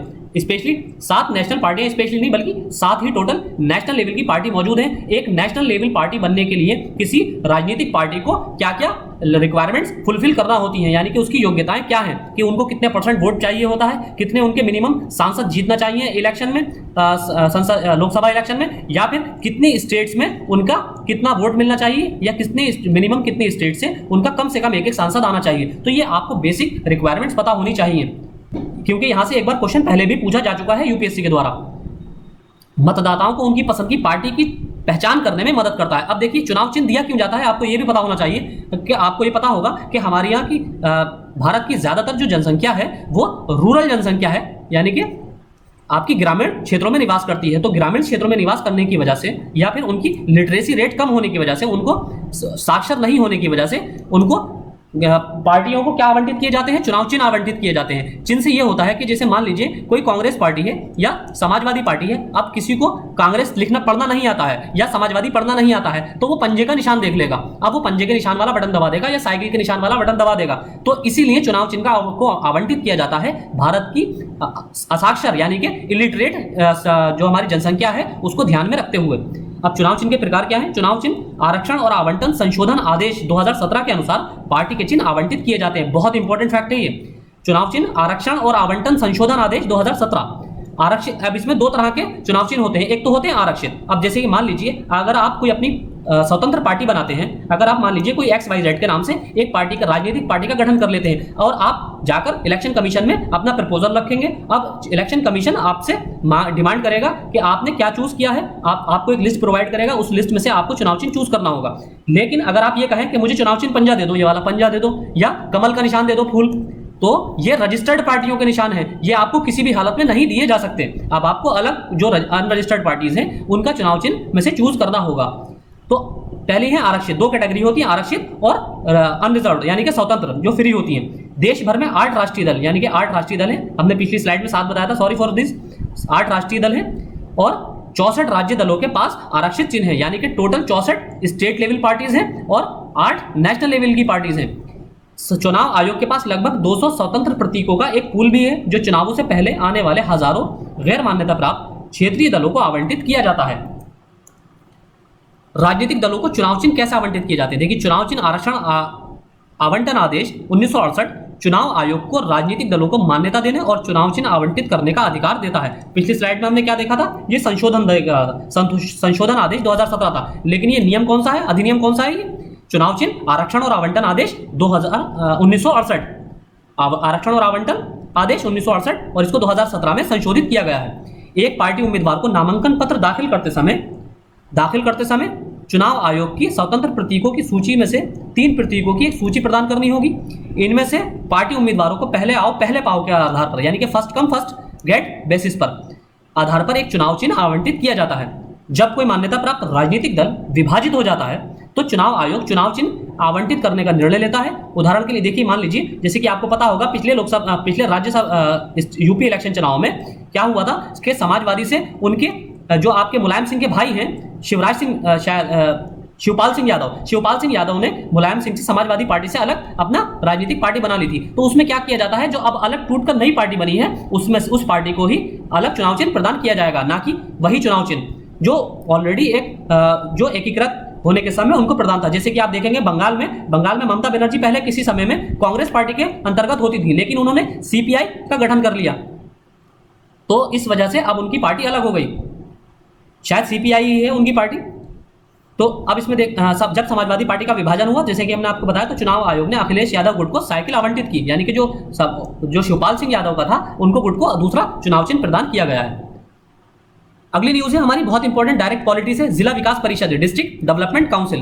अब हाल ही में जम्मू कश्मीर, आपको पता है कि जम्मू कश्मीर और लद्दाख को अलग अलग यूनियन टेरिटरी बनाया गया है, तो उसमें पंचायती राज अधिनियम 1989 में संशोधन किया गया और जिला विकास परिषदों यानी कि डिस्ट्रिक्ट डेवलपमेंट काउंसिल की स्थापना की सुविधा प्रदान की गई। अब आपको ये बेसिक नॉलेज पता होना चाहिए, बिल्कुल डायरेक्ट आपका पंचायती राज वाला जो चैप्टर है उसमें डीडीसी के बारे में बताया गया है, डिस्ट्रिक्ट डेवलपमेंट काउंसिल्स के बारे में बताया गया है डिटेल में। अगर आप में से किसी ने पॉलिटी नहीं पढ़ी है या पॉलिटी पढ़ रहे हैं तो आप स्पेशली 6th एडिशन पढ़ें, क्योंकि इसमें बहुत ज्यादा न्यू चैप्टर है, जो जैसे कि जम्मू कश्मीर से संबंधित नया चैप्टर है, आपका सिटीजनशिप अमेंडमेंट बिल से संबंधित नया चैप्टर है, और भी कई तरह के चैप्टर्स न्यू इंक्लूड हैं, जैसे कि आपका लोकपाल से संबंधित। तो अब ये प्रणाली सभी जिलों में जिला योजना और विकास बोर्डों को प्रभावी ढंग से प्रतिस्थापित करती है, जिला योजनाओं और पूंजीगत व्यय को तैयार और अनुमोदित करती है। डीडीसी जम्मू कश्मीर में शासन की एक नई इकाई के रूप में कार्य करेगी। डीडीसी की संरचना, इसकी मुख्य विशेषता यह है कि डीडीसी में प्रत्येक जिले में निर्वाचित प्रतिनिधि होंगे, यह आपको पता होना चाहिए, प्रत्येक जिले के निर्वाचित प्रतिनिधि, यानी कि इसमें जो भी जीत के आएंगे कैंडिडेट वही इसका रिप्रेजेंटेशन करेंगे। उनकी संख्या जिले के भीतर सभी ब्लॉक विकास परिषदों के विधानसभा अध्यक्षों के साथ साथ अपने ग्रामीण क्षेत्रों का प्रतिनिधित्व करने वाले प्रति जिले में 14 निर्वाचित सदस्यों पर निर्दिष्ट की गई है। अब संदर्भ की अवधि क्या है, डीडीसी का कार्यकाल 5 वर्ष का होगा। बहुत इंपॉर्टेंट फैक्ट है, एक फैक्ट इंपॉर्टेंट है, 5 वर्ष का कार्यकाल होगा। चुनावी प्रक्रिया अनुसूचित जाति, अनुसूचित जनजाति और महिलाओं के लिए आरक्षण की अनुमति देगी। जिले के ऊपर अपर जिला विकास आयुक्त या अपर उपायुक्त, यानी कि आपका डेप्यूटी मजिस्ट्रेट कमिश्नर जिला विकास परिषद के मुख्य कार्यकारी अधिकारी होंगे, चीफ एग्जीक्यूटिव ऑफिसर होंगे। परिषद, जैसा कि अधिनियम में बताया जाएगा, प्रत्येक तिमाही में यानी कि हर 3 महीने में, एक वर्ष में कम से कम 4 यानी कि 12 महीने में कितनी हो जाएंगी, 4 बैठकें आयोजित करेगी। मिनिमम 4 मीटिंग्स होंगी इसकी, हर 3 महीने में कम से कम 1 मीटिंग करना इसके लिए अनिवार्य होगा। डीडीसी के सदस्यों का चुनाव कौन करेगा, केंद्र शासित प्रदेश में मतदाताओं द्वारा सीधे चुने जाएंगे। अब आपको यह बहुत इंपॉर्टेंट फैक्ट है, एक तो यह पता होना चाहिए इसका कार्यकाल कितना है, दूसरा इसमें मेंबर्स कितने होंगे, तीसरा इसका अध्यक्ष कौन होगा, चौथा इंपॉर्टेंट फैक्ट यह है कि इसकी बैठकें कितने समय में आयोजित की जाएंगी। यही इन्हीं पॉइंट से यूपीएससी क्वेश्चन पुट अप करती है। तो ये बेसिक पॉइंट्स आपको हर हालत में रटे हुए होना चाहिए, एक फैक्ट इसका इंपॉर्टेंट है इस स्लाइड का। अगली न्यूज है हमारी, सतर्कता और भ्रष्टाचार विरोधी राष्ट्रीय सम्मेलन, national conference on vigilance and anti corruption. प्रधानमंत्री ने सतर्कता और भ्रष्टाचार विरोधी राष्ट्रीय सम्मेलन का उद्घाटन किया। अभी किसके द्वारा आयोजित की गई, सम्मेलन का आयोजन केंद्रीय जांच bureau, central bureau of investigation द्वारा किया जाता है। उद्देश्य नागरिकों की भागीदारी के माध्यम से सार्वजनिक जीवन में सत्यनिष्ठा, इंटीग्रिटी और सत्यनिष्ठा को बढ़ावा देने के लिए जागरूकता बढ़ाने और भारत की प्रतिबद्धता की पुष्टि करना। इसका विषय क्या है, सतर्क भारत समृद्ध भारत, ये इसका विषय है, बहुत इंपॉर्टेंट है ये विषय। यह भारत के में प्रमुख जांच पुलिस एजेंसी है जो कार्मिक विभाग, कार्मिक पेंशन और लोक शिकायत मंत्रालय के अधीन कार्य करती है। अब देखिए, अब ये इसलिए भी इंपॉर्टेंट है कि ये मिनिस्ट्री ऑफ पर्सनल के अंतर्गत आती है, और मिनिस्ट्री ऑफ पर्सनल के ही अंतर्गत जब आप यूपीएससी से सेलेक्ट होकर ईओ ऑफिसर बनेंगे तो आप भी मिनिस्ट्री पहले आपको जो ट्रेनिंग प्रोवाइड करेगी वो मिनिस्ट्री ऑफ पर्सनल ही करेगी। ये डीएसपीई अधिनियम 1946 के प्रावधानों द्वारा शासित है। अगली न्यूज है हमारी, संसद की संयुक्त समिति ज्वाइंट कमेटी ऑफ पार्लियामेंट बहुत ज्यादा चर्चा में थी राफेल मुद्दे को लेकर, और अभी हाल ही में हुआ मुद्दा जो है हमारा बहुत इंपॉर्टेंट, जो आपका आया था हाल ही में, जो हमारा सिक्योरिटी से रिलेटेड जो मुद्दा था आपका पेगासस का जो जासूसी से रिलेटेड मुद्दा था, उसको लेकर भी ज्वाइंट कमेटी ऑन पार्लियामेंट्स बहुत ज्यादा चर्चा में थी। अब डेटा प्रोटेक्शन बिल पर संसद की संयुक्त समिति ने सोशल मीडिया प्लेटफॉर्म की यूएस आधारित मूल कंपनी ट्विटर से हलफनामा मांगा। असल में इसकी बैकग्राउंड ये है कि अभी ट्विटर ने क्या किया था पिछले दिनों, कि ट्विटर ने जो हमारा लद्दाख का रीजन है वो चाइना के मैप में दर्शाया था, इसी की वजह से ये कंट्रोवर्सी का इशू बन गया। अब ये क्या है, ये संयुक्त संसदीय समिति ने का गठन संसद के समक्ष प्रस्तुत किसी विशेष विधेयक की जांच के लिए या किसी सरकारी गतिविधि में वित्तीय अनियमितताओं के मामले की जांच के उद्देश्य से किया जाता है। जेपीसी एक तदर्थ निकाय है, यानी कि एडहॉक ये बॉडी है। इसका मतलब ये है कि ये परमानेंट बॉडी नहीं है, ये एक निश्चित अवधि के लिए स्थापित किया जाता है इसका, यानी कि किसी विशेष मुद्दे के लिए इसका इस्टेब्लिशमेंट किया जाता है, और वो जब विशेष मुद्दे का निपटारा हो जाता है तो ये डिसॉल्व कर दी जाती है। ये एडहॉक कमेटी ऑटोमेटिकली डिसॉल्व हो जाती है। जैसे कि राफेल मुद्दा, अगर राफेल मुद्दे का जब निपटारा हो जाएगा तो ये ऑटोमेटिकली ही इसको डिसॉल्व कर दिया जाएगा। हालांकि राफेल मुद्दे पर ज्वाइंट कमेटी ऑफ पार्लियामेंट नहीं बनाई गई है, हम एक आपको एग्जाम्पल दे रहे हैं। तो इसकी एक निश्चित अवधि के लिए इसको स्थापित किया जाता है और इसीलिए इसको एडहॉक कहा जाता है। एडहॉक टाइप की कमेटी है, यानी कि आपकी तदर्थ। इसका उद्देश्य एक विशिष्ट मुद्दे को संबोधित करना है। आगे है इसमें, इसकी संरचना कैसी होती है। जेपीसी की स्थापना के लिए सदन में पहले एक प्रस्ताव पारित किया जाता है और दूसरे सदन द्वारा इसका समर्थन किया जाता है। यानी कि अगर इसको पहले राज्यसभा में लाया गया है तो राज्यसभा इसका प्रस्ताव लाएगा और फिर लोकसभा से भी इसको पारित किया जाएगा, और अगर लोकसभा में इसका प्रस्ताव आया है तो लोकसभा से इसका प्रस्ताव पारित होगा, फिर इसको राज्यसभा भेजा जाएगा और राज्यसभा से इसका समर्थन इसको दिया जाएगा। फिर समिति के सदस्य संसद द्वारा तय किए जाते हैं। सदस्यों की संख्या अलग अलग हो सकती है। राज्यसभा की तुलना में लोकसभा के सदस्यों की संख्या दुगनी होती है। शक्तियां और कार्य, यानी कि इनकी पावर्स एंड वर्क। एक जेपीसी मौखिक या लिखित रूप में साक्ष्य एकत्रित करने या मामले के संबंध में दस्तावेजों की मांग करने के लिए अधिकृत है, यानी कि वो ओरल फॉर्म में या फिर रिटन फॉर्म में किसी से मांग कर सकती है, कोई भी प्रूफ या कोई भी एविडेंस सामने प्रस्तुत करने के लिए डिमांड कर सकती है। और जनहित मामलों को छोड़कर समिति की कार्यवाही और निष्कर्ष गोपनीय है, यानी कि कोई मामला ऐसा है जो पब्लिक इंटरेस्ट में है, उस ऐसे मामले को छोड़कर, जैसे कि आपका मामला था पेगासस का मामला, ऐसे मुद्दों को छोड़कर ये इसके जितने भी कार्यवाही होती है और निष्कर्ष होते हैं वो गोपनीय होते हैं, यानी कि प्राइवेट होते हैं। उनका पब्लिक में उनको ऑफिशियली तौर पर प्रदर्शित नहीं किया जाता है या सूचित नहीं किया जाता है। सरकार किसी दस्तावेज को रोकने का निर्णय ले सकती है यदि इसे राज्य की सुरक्षा या हित के लिए प्रतिकूल माना जाता है। साक्ष्य मांगने पर विवाद के मामले में अध्यक्ष का निर्णय अंतिम होता है, यानी कि जो भी जेपीसी कमेटी का अध्यक्ष होगा वो उसका निर्णय इसमें अंतिम होगा, फाइनल डिसीजन होगा। समिति इच्छुक पक्षों की जांच के लिए आमंत्रित कर सकती है और लोगों को अपने समक्ष पेश होने के लिए बुला सकती है। संसद को अपनी रिपोर्ट प्रस्तुत करने के बाद समिति भंग हो जाती है। अगला है इसमें, अगली न्यूज है हमारी, संयुक्त राष्ट्र सुरक्षा परिषद, यूएनएससी काउंसिल, आपकी United Nation Security council. Bharat संयुक्त राष्ट्र परिषद की 3 प्रमुख सहायक निकायों की अध्यक्षता करेगा। इसकी घोषणा संयुक्त राष्ट्र सुरक्षा परिषद में भारत के स्थायी प्रतिनिधि टीएस त्रिमूर्ति, यानी कि आपको यह भी इंपॉर्टेंट फैक्ट है, संयुक्त राष्ट्र सुरक्षा परिषद में भारत के जो परमानेंट रिप्रेजेंटेटिव हैं वो कौन है, टीएस त्रिमूर्ति। और अब इसमें जो अध्यक्षता करेगा भारत यूएन सिक्योरिटी काउंसिल में, उसकी 3 निकायों की, यानी कि 3 बॉडीज हैं, 3 बॉडीज, उन 3 बॉडीज की अध्यक्षता करेगा। वो 3 बॉडीज कौन सी हैं, ये 3 पैनल कौन से हैं, आतंकवाद विरोधी समिति 2022 तक इसका अध्यक्षता करेगा, तालिबान प्रतिबंध समिति और लीबिया प्रतिबंध समिति, इन तीनों ही समितियों की अध्यक्षता भारत के द्वारा की जाएगी।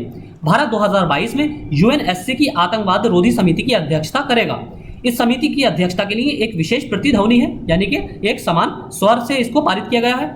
भारत जो न केवल आतंकवाद, विशेष रूप से सीमा पार आतंकवाद से लड़ने में सबसे आगे रहा है, जैसे कि आपको पता होगा हमारे यहाँ जम्मू कश्मीर को लेकर पाकिस्तान स्पॉन्सर्ड टेररिज्म से हम ग्रस्त हैं, इंडिया ग्रस्त है, तो इसको भी लड़ने में भारत सबसे आगे रहा है और इसका शिकार भी रहा है।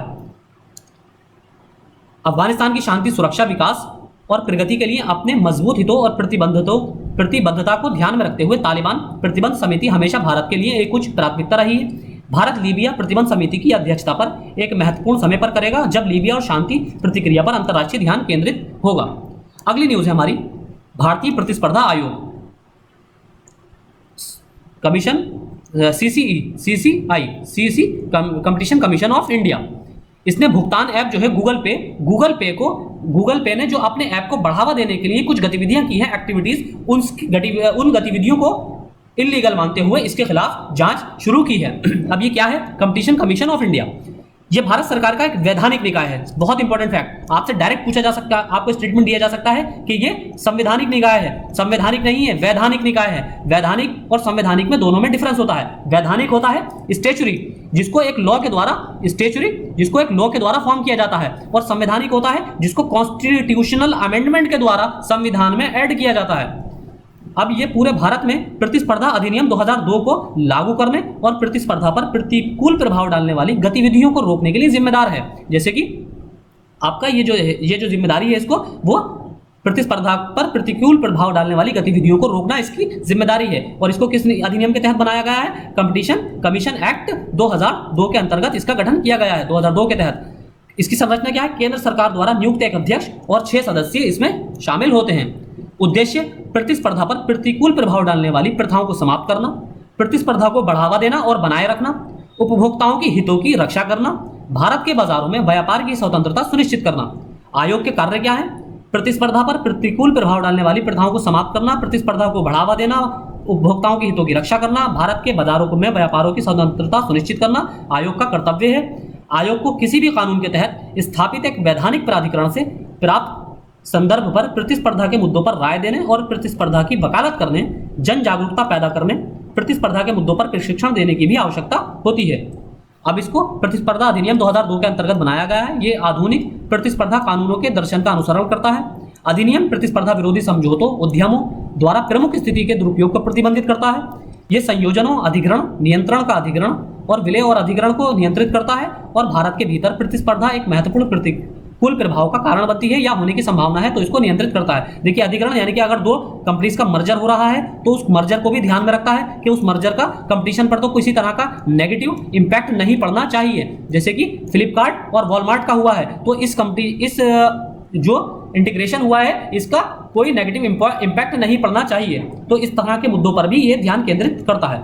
अगली न्यूज है हमारी राष्ट्रीय जनसंख्या रजिस्टर। बहुत इंपॉर्टेंट न्यूज है इस बार, आप इसको इकोनॉमिक दृष्टि से भी देख सकते हैं। भारत के महापंजीयक के कार्यालय ने स्पष्ट किया है कि राष्ट्रीय जनसंख्या रजिस्टर की अनुसूची या प्रश्नावली को अंतिम रूप दिया जा रहा है। ये जनसंख्या रजिस्टर के बारे में बताया गया है। अब हमारे लिए जो मेन न्यूज है वो राष्ट्रीय जनसंख्या रजिस्टर है। अब ये क्या है? राष्ट्रीय जनसंख्या रजिस्टर देश के सामान्य निवासियों का एक रजिस्टर है। इसमें भारतीय नागरिक और विदेशी नागरिक दोनों शामिल हैं। देखिए, ये जनसंख्या रजिस्टर है, ये इसमें भारतीय नागरिक बहुत इंपॉर्टेंट फैक्ट है। यही मैं आपको बता रहा था शुरू में कि आपको यूपीएससी जो की पॉइंट्स होते हैं, की पॉइंट्स पर ही आपको धोखा देने की कोशिश करती है। स्टेटमेंट में क्या दिया होगा कि इसमें केवल भारतीय नागरिक ही शामिल हैं, केवल आ जाएगा, या क्या उसमें कहा जाएगा इसमें भारतीय नागरिक ही शामिल हैं। इस तरह से स्टेटमेंट देकर आपको एकदम कंफ्यूज कर देगी और आप सोचेंगे कि राष्ट्रीय जनसंख्या रजिस्टर है, नेशनल है हमारा, तो हमारा जाहिर सी बात है भारतीय ही होंगे। तो ऐसा नहीं है, इसमें विदेशी नागरिक दोनों, भारतीय नागरिक दोनों शामिल हैं। अब कालक्रम क्या है इसका? टाइमलाइन। एनपीआर को सबसे पहले 2010 में एकत्रित किया गया था, यानी कि इसका डेटा 2010 में कलेक्शन किया गया था, फिर 2015 में इसे अपडेट किया गया। अब इसे नागरिकता अधिनियम 1955 और नागरिकता, नागरिकों के अधिक पंजीकरण और राष्ट्रीय पहचान पत्र जारी करना नियम 2003 के प्रावधानों के तहत स्थानीय, उपजिला, जिला और राज्य और राष्ट्रीय स्तर पर तैयार किया जा रहा है। भारत के प्रत्येक सामान्य निवासी के लिए एनपीआर में पंजीकरण करना अनिवार्य है। देखिए, आपसे ये भी कहा जा सकता है स्टेटमेंट में कि स्वैच्छिक है, स्वैच्छिक नहीं है, ये अनिवार्य पंजीकरण है इसमें कराना हर नागरिक के लिए। इसका उद्देश्य देश में प्रत्येक सामान्य निवासी का एक व्यापक पहचान डेटाबेस बनाना। एक सामान्य निवासी कौन है? सामान्य निवासी को एनपीआर के उद्देश्यों के लिए परिभाषित किया गया है। पिछले 6 महीने या उससे अधिक समय से स्थानीय क्षेत्र में जो रहता हो, या व्यक्ति जो अगले 6 महीने या उससे अधिक समय तक उस क्षेत्र में रहने का इरादा रखता है। देखिए, सामान्य निवासी की परिभाषा कौन सी है? डायरेक्ट आपसे क्वेश्चन पूछा जा सकता है कि भारत में राष्ट्रीय जनसंख्या रजिस्टर के अनुसार भारत में सामान्य निवासी की परिभाषा के अंतर्गत कौन आता है? तो आपको दिया जाएगा कि पिछले 12 महीने से निवास करने वाला व्यक्ति, या अगले 12 महीने में निवास करने का इरादा रखने वाला व्यक्ति, या पिछले 4 महीने में या पिछले 3 महीने में या पिछले 180 दिन में निवास करने की, आपको 6 महीने की जगह 180 दिन भी दिया जा सकता है। तो वही एक ही बात है वो कि पिछले 6 महीने या उससे अधिक समय से जो भारत में की टेरिटरी में रह रहा हो, या अगर उसको इतना समय नहीं हुआ है तो फिर भी उसके बावजूद भी उसको निवासी माना जा सकता है। लेकिन अगर वो ये इस बात का शपथ प्रमाण पत्र दे कि वो अगले 180 दिन तक भारत में रहने की इच्छा रखता है, कम से कम 180 दिन तक, तो उसको एक सामान्य निवासी की कैटेगरी में रखा जा सकता है। अगला है बहुत इंपॉर्टेंट, वेरी वेरी इंपॉर्टेंट, इसको इस बार मार्क कर लीजिए, यहां से क्वेश्चन पूछे जाने की पूरी संभावना है। परिसीमन आयोग, डीलिमिटेशन कमीशन, क्योंकि डीलिमिटेशन कमीशन बहुत ज्यादा मुद्दा बना हुआ है, क्योंकि जम्मू कश्मीर में भारत सरकार डीलिमिटेशन जो करा रही है, परिसीमन करा रही है। ये एक गैर सरकारी संस्थान प्रणब मुखर्जी फाउंडेशन ने अगले परिसीमन अभ्यास के लिए सुझाव दिए हैं। परिसीमन का शाब्दिक अर्थ क्या होता है? जनसंख्या में परिवर्तन का प्रतिनिधित्व करने के लिए किसी देश में क्षेत्रीय निर्वाचन क्षेत्रों की सीमा या सीमा तय करने की का कार्य या प्रक्रिया। क्या मतलब है डीलिमिटेशन का, परिसीमन का? परिसीमन का मतलब यह है कि किसी एक देश की टेरिटरी में जो भी उसकी जनसंख्या में परिवर्तन हुआ है, उस परिवर्तन का निर्वाचन क्षेत्रों की सीमा में उस जनसंख्या का परिवर्तन तय करना या तय करने की प्रक्रिया। परिसीमन आयोग भारत के राष्ट्रपति द्वारा नियुक्त किया जाता है। कमीशन किसके द्वारा नियुक्त किया जाता है? प्रेसिडेंट के द्वारा। आपको दिया जाएगा कि प्राइम मिनिस्टर के द्वारा, क्योंकि ज्यादातर बच्चे कंफ्यूज हो जाएंगे 100%, क्योंकि ये प्राइम मिनिस्टर भी इसमें इन्वॉल्व रहते हैं। तो आपको ये लग सकता है कि परिसीमन आयोग का गठन प्रधानमंत्री द्वारा किया जाता है, जबकि ऐसा नहीं है, राष्ट्रपति द्वारा इसका गठन किया जाता है, नियुक्त किया जाता है। और भारत के चुनाव आयोग के सहयोग से ये काम करता है, यानी कि कॉपरेशन किसके द्वारा किया जाता है? भारत के चुनाव आयोग के द्वारा, इलेक्शन कमीशन के द्वारा। नियुक्ति किसके द्वारा किया जाता है? अपॉइंट डीलिमिटेशन कमीशन को राष्ट्रपति के द्वारा। अब इसकी संरचना देख लेते हैं। सुप्रीम कोर्ट के सेवानिवृत्त न्यायाधीश, मुख्य चुनाव आयुक्त और संबंधित राज्य के चुनाव आयुक्त, यानी कि जिस राज्य का डिलिमिटेशन हो रहा है उस राज्य के स्टेट चीफ इलेक्शन कमिश्नर, आपके हमारा गवर्नमेंट ऑफ इंडिया यानी कि सेंट्रल चीफ इलेक्शन कमिश्नर, और सुप्रीम कोर्ट के सेवानिवृत्त यानी कि retired chief justice of India. इसका कार्य सभी निर्वाचन क्षेत्रों की जनसंख्या को लगभग समान बनाने के लिए निर्वाचन क्षेत्रों की संख्या और सीमाओं का निर्धारण करना, अनुसूचित जातियों और अनुसूचित जनजातियों के लिए आरक्षित सीटों की पहचान करना जहां उनकी आबादी अपेक्षाकृत अधिक है। 1952, 62, 72, 2002, आप बिल्कुल डिफरेंस याद रख सकते हैं। लगातार ये 3 बार 10-10 साल के अंतराल से बनाया गया है। 1952 में, फिर 10 साल बाद 1962 में, फिर 10 साल बाद 1972 में, और उसके बाद 30 साल बाद और 2002 में परिसीमन आयोग का गठन किया गया है, आयोगों का गठन किया गया है। भारत में परिसीमन आयोग एक उच्च शक्ति निकाय है, हाईएस्ट पावर बॉडी है, जिसके आदेशों में कानूनी शक्ति होती है, यानी कि उसको लीगल पावर प्राप्त है और किसी भी न्यायालय के समक्ष प्रश्नगत नहीं किया जा सकता। इसकी डीलिमिटेशन वाले निर्णय को, डीलिमिटेशन के निर्णय को किसी भी न्यायालय के समक्ष चुनौती नहीं दी जा सकती। यह बहुत इंपॉर्टेंट फैक्ट है। आप सोचेंगे कि संवैधानिक अधिकार है, संविधान की ये बेसिक संरचना का हिस्सा है कि रिव्यू करना, किसी भी कार्य को रिव्यू करना सुप्रीम कोर्ट के द्वारा, यह संविधान का मूल संरचना का हिस्सा है। लेकिन यह डीलिमिटेशन इसके बाहर है। डीलिमिटेशन के फैसले को किसी भी न्यायालय में चुनौती नहीं दी जा सकती। वर्तमान परिदृश्य क्या है? परिदृश्य करंट सिनेरियो क्या है इसमें? 2002 में संविधान में 84 में संशोधन ने 2026 के बाद पहली जनगणना तक लोकसभा और राज्यसभा विधान क्षेत्रों के परिसीमन पर रोक लगा दी है। वर्तमान सीमाएं 2001 की जनगणना के आधार पर खींची गई थी। लोकसभा सीटों की संख्या और राज्यसभा विधानसभाओं की सीटों की संख्या 1971 की जनगणना के आधार पर स्थिर रही है। यानी कि इसमें देखिए 2 अलग अलग फैक्ट हैं। वर्तमान जो सीमाएं बनाई गई हैं वो 2001 की जनगणना के आधार पर बनाई गई हैं, यानी कि जितने भी एमपी जो हमारा कॉन्स्टिट्यूएंसी बांटी गई है, निर्वाचन क्षेत्र हो हमारा, चाहे वो स्टेट आपका सेंट्रल का निर्वाचन क्षेत्र हो, यानी कि एमपी का एक सांसदीय क्षेत्र या फिर एक एमएलए यानी कि विधायिका क्षेत्र, तो इसका जो डिलिमिटेशन किया गया है वो 2001 की जनगणना के आधार पर किया गया है। लेकिन जो सीटों की संख्या है विधानसभा में, यानी कि आपका स्टेट लेजिस्लेचर में और आपका पार्लियामेंट में, ये दोनों का जो विधानसभा में सीटों का और पार्लियामेंट में सीटों का जो तय किया गया है, सीटों का आधार जो है वो 1971 की जनगणना है। ये बात आप बिल्कुल ध्यान में रखिए। ये दोनों अलग अलग फैक्ट हैं, आप कंफ्यूज हो सकते हैं। जो निर्वाचन क्षेत्र बनाए गए हैं वो 2001 की जनगणना के आधार पर बनाए गए हैं, लेकिन जो सीटों का आवंटन किया गया है पार्लियामेंट में और राज्य विधानसभाओं में, वो 1971 की जनगणना के आधार पर किया गया है।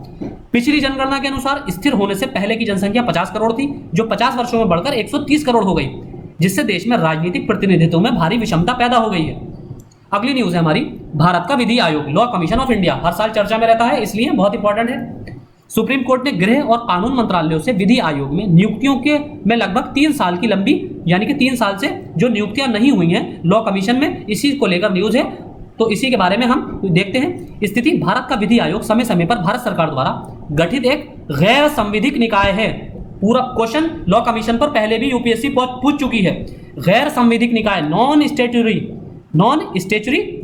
नॉन स्टेचुरी बॉडी है, यानी कि ये सिर्फ एग्जीक्यूटिव ऑर्डर से, देखिए 3 तरह के निकाय होते हैं, अभी हमने पिछली स्लाइड में बताए थे आपको 2 निकायों के बारे में, एक तीसरा निकाय भी होता है।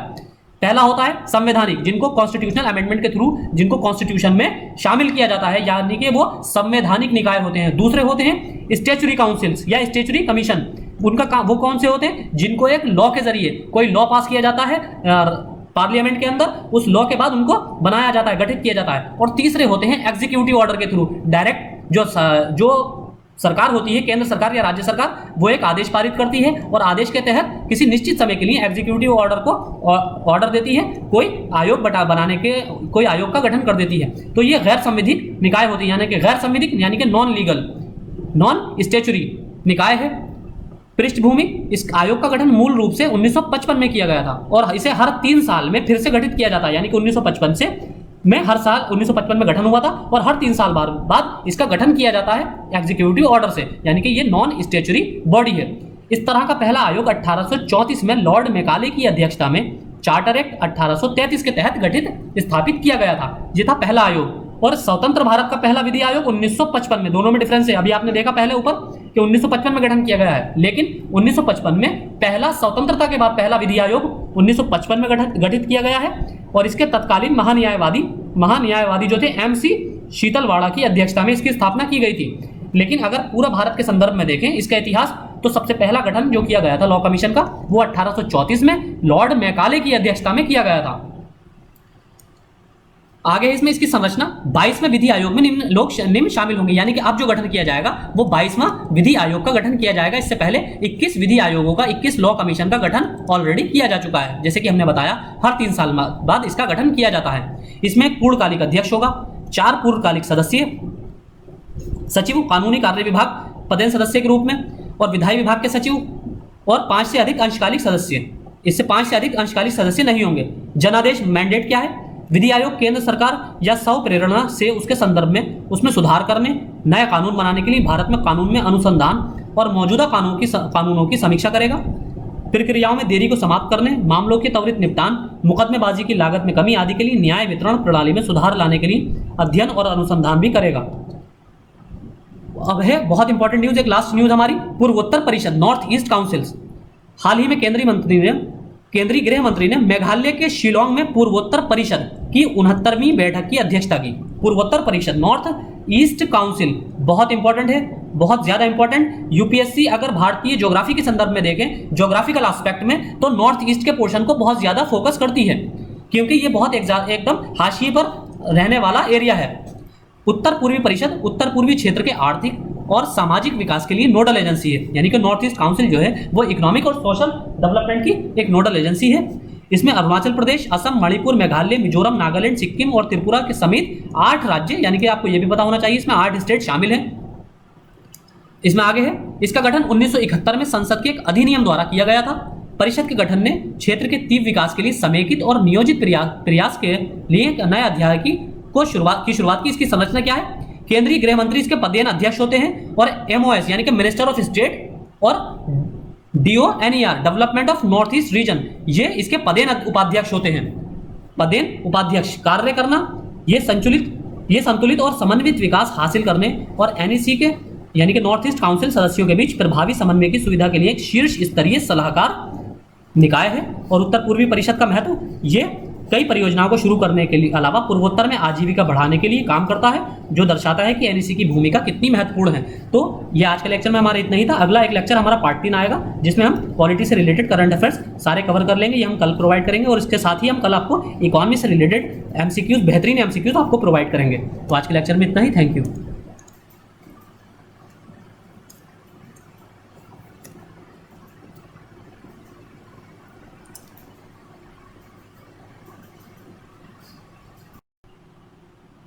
Hello and welcome back to Unnati IAS। UPSC EPFO की सीरीज़ में जो हम करंट अफेयर्स के लेक्चर देख रहे थे, तो आज हमारा करंट अफेयर्स में पॉलिटी करंट अफेयर्स का लास्ट लेक्चर अब आज हम कवर करेंगे। इसमें हम लेक्चर नंबर 3 कवर करेंगे। जैसे कि आपको पता है हम जुलाई 2020 से जुलाई 2021 तक का सारा करंट अफेयर्स कंप्लीट कर रहे हैं। इसी सीरीज़ में हमने पहले सोशल सेक्टर स्कीम्स कवर की हैं, जिसमें हमने जुलाई 2020 से लेकर जुलाई 2021 तक की सारी social sector social welfare schemes को कवर किया है। साथ ही साथ हमने अलग सीरीज़ में साइंस एंड टेक्नोलॉजी से पर बेस्ड पिछले 1 साल का करंट अफेयर कंप्लीट किया है। और इसके बाद हमने आपको दोनों ही लेक्चर्स की एक कंबाइंड वीडियो लेक्चर प्रोवाइड किया है, ताकि आपको रिवीजन करने में भी आसानी रहे। इसी तरह आज हमारा पॉलिटी का 3rd और लास्ट लेक्चर है। इसके बाद हमारा पॉलिटी का पिछला 1 साल का सारा ही करंट अफेयर्स कंप्लीट हो जाएगा। साथ ही हम इसका ये कंप्लीट होने के बाद परसों हम इसका आपको एक कंबाइंड वीडियो लेक्चर प्रोवाइड करेंगे, ताकि आपको रिवीजन करने में किसी भी तरह की परेशानी ना हो। तो शुरू करते हैं आज के अपने पहले लेक्चर से। पहली न्यूज़ है हमारी सूचना प्रौद्योगिकी अधिनियम सन 2000, information technology act, IT act 2000। IT act 2000 हमारे लिए इसलिए इंपॉर्टेंट है, जैसे कि आपको पता है कि पिछले काफ़ी महीनों से ट्विटर और गवर्नमेंट ऑफ इंडिया के बीच थोड़ा डिस्प्यूट चल रहा है अलग अलग अकाउंट्स को लेकर, कि जो लोग आलोचना करते हैं भारत सरकार की या फिर करंट सरकार की जो सत्ता में है, तो उनके अकाउंट ट्विटर हैंडल को बंद कर दिया जाता है या ब्लॉक करने की अपील की जाती है ट्विटर से। और इसी आधार पर कई बार ट्विटर ने बीजेपी यानी कि करंट गवर्नमेंट की मुखालफत करते हुए डायरेक्ट बीजेपी के करंट जो मंत्री हैं उनकी भी बीच में आपने न्यूज़ सुनी होगी कि उनके ट्विटर हैंडल को भी ब्लॉक किया है 1-1, 2-2 घंटे के लिए। तो इसी सीरीज़ में हमारे लिए आईटी एक्ट इंपॉर्टेंट हो जाता है। तो आईटी एक्ट में जो हमारे इंपॉर्टेंट प्रावधान है उसके बारे में हम देख लेते हैं। इसमें सभी मध्यस्थ शामिल हैं, यानी कि आपसे इस तरह भी क्वेश्चन पूछा जा सकता है कि आईटी एक्ट के अंतर्गत बहुत सारे मीडिएटर्स शामिल होते हैं जो कंप्यूटर साधन यानी कि कंप्यूटर रिसोर्सेज का उपयोग करते हैं इलेक्ट्रॉनिक रूप में या इसमें भूमिका निभाते हैं। दूसरा है इसमें जो बिचौलियों में खोज इंजन यानी कि जो सर्च इंजन प्रोवाइडर्स हैं, जैसे कि आपका बिंग है, आपका गूगल सर्च इंजन है और भी जैसे याहू सर्च इंजन है, तो ये सारे सर्च इंजन भी इसके अंतर्गत आते हैं। साथ ही ऑनलाइन भुगतान, online payment system, bid sites जो नीलामी साइट्स होती हैं, ऑनलाइन बाजार यानी कि आपके ई कॉमर्स साइट्स, और साइबर कैफे के अलावा दूर संचार सेवा प्रदाता यानी कि जो टेलीकम्युनिकेशन सर्विसेज प्रोवाइड कर रहे हैं, नेटवर्क सर्विसेज यानी कि जो इंटरनेट कनेक्शन प्रोवाइड कर रहे हैं, इंटरनेट सेवा, और वेब होस्टिंग के प्रदाता भी इसके अंतर्गत मीडिएटर्स की परिभाषा में ये सारे शामिल होते हैं।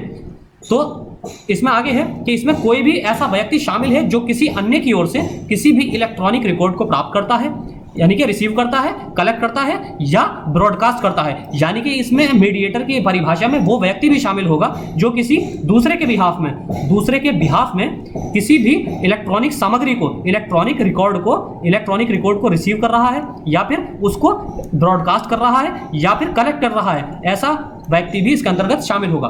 तो सोशल मीडिया प्लेटफॉर्म बिचौलियों की परिभाषा के अंतर्गत ये सारे लोग आएंगे। कौन कौन? जैसे कि हमने पिछले स्लाइड में बताया आपको, इलेक्ट्रॉनिक आपका सर्च इंजन, जितनी भी सर्च इंजन कंपनीज हैं, चाहे गूगल हो, चाहे बिंग हो, चाहे याहू हो, चाहे अदर भी सर्च इंजन हो। इसके अलावा ऑनलाइन पेमेंट सिस्टम, नीलामी साइट्स जो बिड साइट्स हैं, ऑनलाइन मार्केट्स, साइबर कैफे। इसके अलावा ऐसे व्यक्ति जो किसी इलेक्ट्रॉनिक मटेरियल्स का, इलेक्ट्रॉनिक सामग्री का को कलेक्शन करते हैं या रिसीव करते हैं या फिर ब्रॉडकास्ट करते हैं, वो सारे इस बिचौलियों की यानी कि मीडिएटर की परिभाषा के अंतर्गत आएंगे।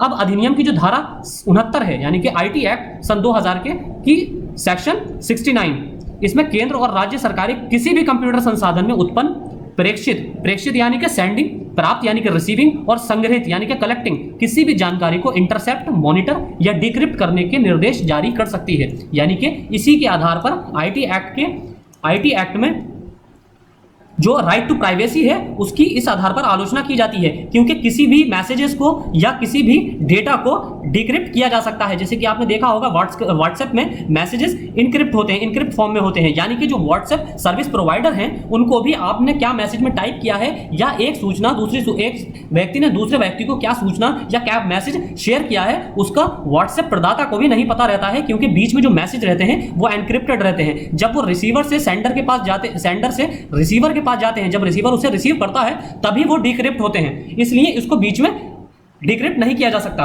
लेकिन अधिनियम की धारा 69, आईटी एक्ट की धारा 69 ये कहती है कि अगर राज्य सरकार या केंद्र सरकार अगर चाहे किसी भी से नेशनल सिक्योरिटी का पॉइंट ऑफ व्यू से या इस आधार पर किसी भी टेलीकॉम कंपनी से या इंटरनेट सर्विस प्रदाता कंपनी से इसको इंटरसेप्ट करने की, मॉनिटरिंग करने की और डिक्रिप्ट करने के निर्देश जारी कर सकती है। अब जिन आधारों पर इन शक्तियों का प्रयोग किया जा सकता है वो क्या है, यानी कि इन सारे ही इंटरसेप्ट करने की यानी मॉनिटर करने के आदेश या डिक्रिप्ट करने के आदेश किस आधार पर दिए जा सकते हैं? अगर भारत की संप्रभुता या अखंडता के हित में है कोई, या भारत की रक्षा, राज्य की सुरक्षा, विदेशी राज्यों के साथ मैत्रीपूर्ण संबंध, सार्वजनिक व्यवस्था यानी कि लॉ एंड ऑर्डर की, यानी कि ये वर्ड ही अपने आप में इतना ब्रॉड है कि लॉ एंड ऑर्डर को मेंटेन करने के आधार पर सरकार कोई भी तर्क दे सकती है और इस आधार पर इसको डिक्रिप्ट करने की, मैसेज को डिक्रिप्ट करने की मांग किसी भी इंटरनेट सर्विस प्रोवाइडर से या सोशल नेटवर्किंग साइट प्रोवाइडर से कर सकती है, और संघीय अपराध के कमीशन को रोकने के लिए। अब किसी भी अपराध की जांच के लिए अधिनियम की धारा 79 में यानी कि 79 में कहा गया है कि एक मध्यस्थ उसके द्वारा बनाई गई किसी भी तीसरे पक्ष की जानकारी, डेटा या संचार लिंक के लिए उत्तरदायी नहीं होगा।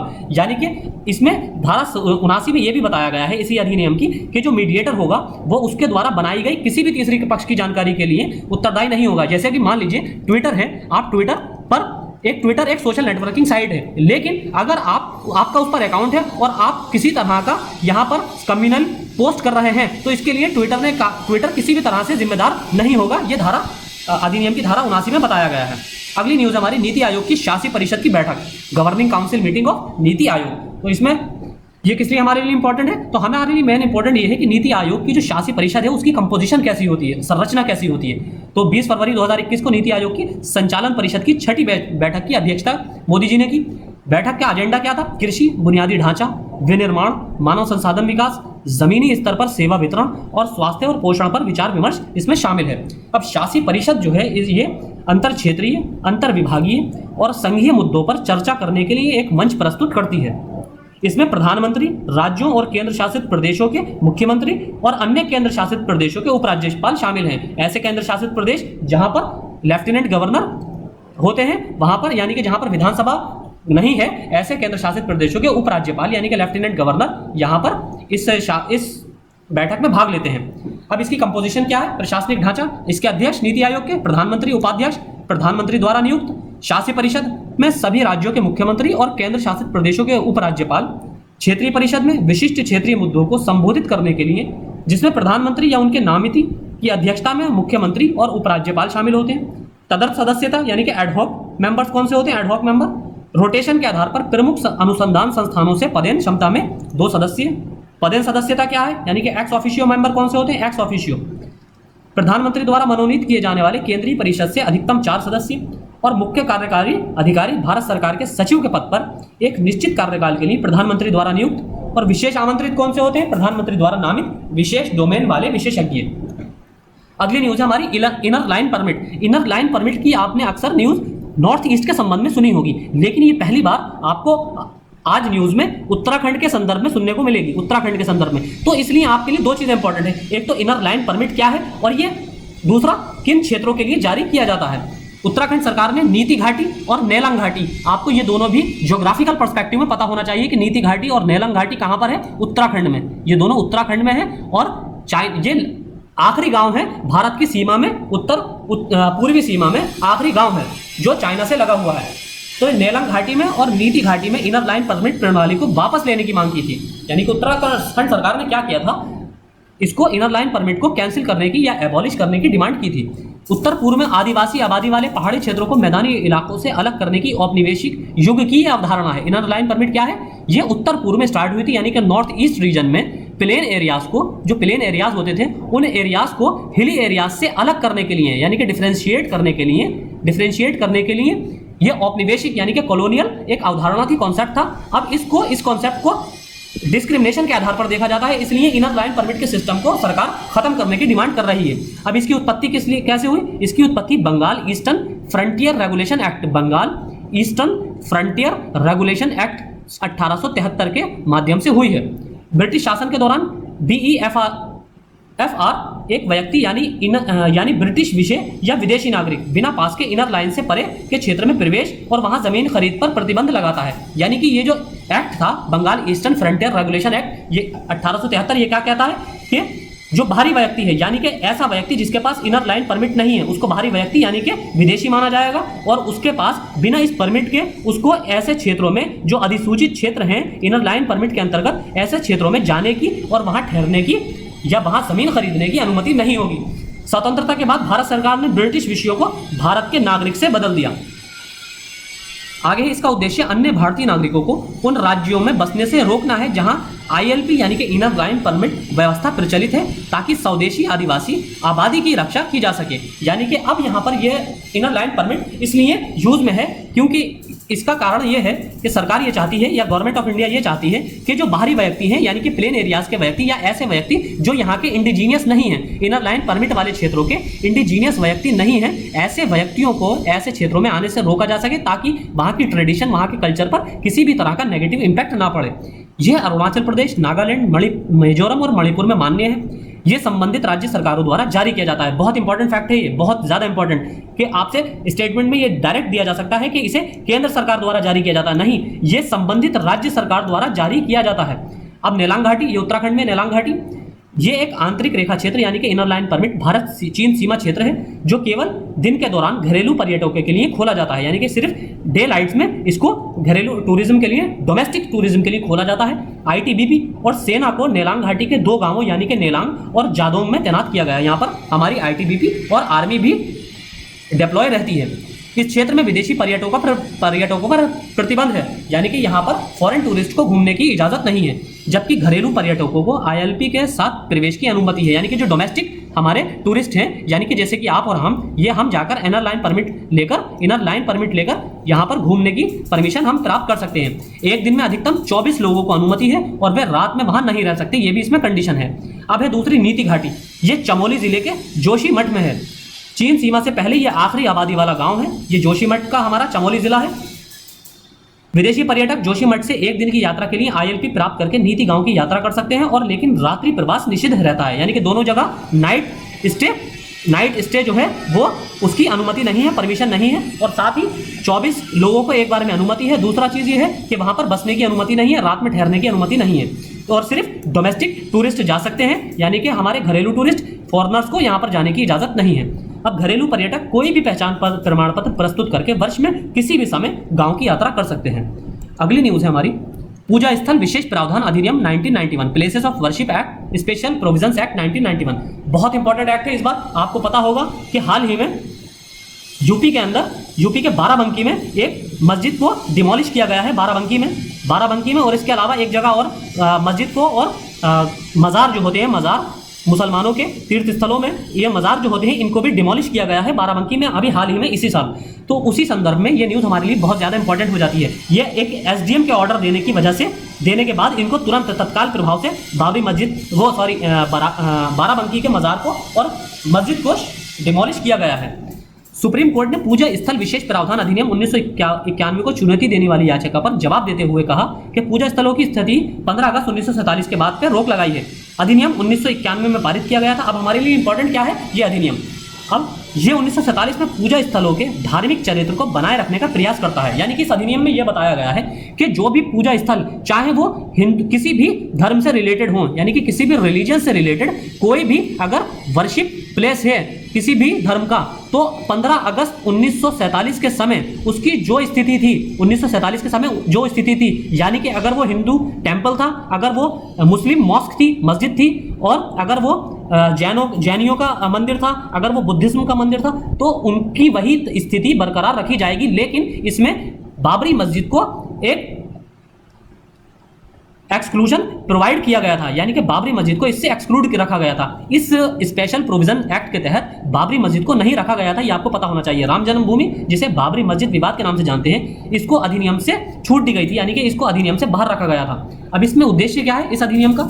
इसका उद्देश्य, इसमें धारा 3 ये कहती है कि कोई भी व्यक्ति किसी भी धार्मिक संप्रदाय के पूजा स्थल को अलग संप्रदाय या वर्ग में परिवर्तित नहीं करेगा। जैसे कि बाबरी मस्जिद का अगर केस हम लें, तो बाबरी मस्जिद के बारे में क्या कहा गया कि यहाँ पर राम मंदिर था, तो इस आधार पर, जैसे कि पहले अगर बाबरी मस्जिद बनी हुई है, तो इस आधार पर यह नहीं कहा जाएगा कि यहाँ पर कभी किसी जमाने में राम मंदिर था, इसलिए बाबरी मस्जिद को डिमोलिश कर दिया जाए। तो यह हम वैसे एक एग्जाम्पल ले रहे हैं, जबकि बाबरी मस्जिद और राम मंदिर जन्मभूमि को इस एक्ट से बाहर रखा गया है। अगर मान लीजिए जैसे बाराबंकी वाला है जो इशू है, अगर हम लें, तो बाराबंकी की जो मस्जिद अगर डिमोलिश की गई है, तो ये प्रोविजन, ये एक्ट ये कहता है कि अगर बाराबंकी में कोई मस्जिद बनी हुई है उसको इस आधार पर नहीं तोड़ा जा सकता कि ये कहा जाए, सरकार ये कहे कि यहाँ पर 500 साल पहले या 700 साल पहले कोई मंदिर था या भगवान शिव का मंदिर था, तो इस आधार पर इसको तोड़ा नहीं जा सकता, इसकी वही स्थिति बरकरार रखी जाएगी। यानी कि अगर कोई बाराबंकी में शिव मंदिर है तो उसको इस आधार पर नहीं तोड़ा जा सकता कि यहाँ पर 500 साल पहले किसी मुगल बादशाह ने यहाँ पर कोई मस्जिद बनवाई थी,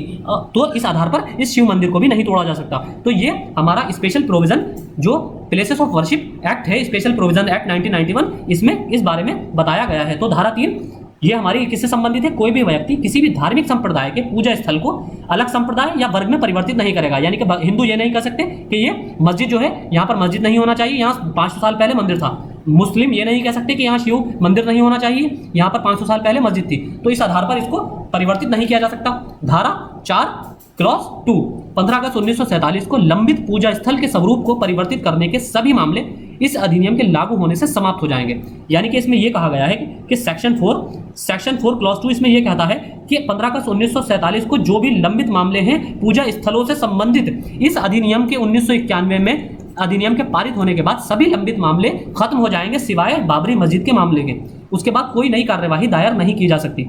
हालांकि 15 अगस्त 1947 की कट ऑफ तारीख के बाद पूजा स्थल के धार्मिक चरित्र की स्थिति में परिवर्तन होता है तो न कोई कानूनी कार्यवाही शुरू की जा सकती है। धारा 6 क्या कहती है इसमें? धारा 6 यह अधिनियम के प्रावधानों के उल्लंघन के लिए 3 साल की कैद और जुर्माने का प्रावधान करता है। तो आपके लिए तीनों ही धाराएं बहुत ज्यादा इंपॉर्टेंट है इस बार। तो इसमें धारा 6 ये कहती है कि अगर इसमें किसी भी प्रावधान का उल्लंघन होता है तो ऐसे व्यक्ति को या कोई भी रेस्पॉन्सिबल पर्सन होगा या संस्था होगी उस पर 3 साल की सजा और जुर्माने का प्रावधान किया गया है। इसमें आगे इसमें छूट किसको दी गई है? धारा 5 के अंतर्गत राम जन्मभूमि बाबरी मस्जिद विवाद पर अधिनियम लागू नहीं किया जाएगा।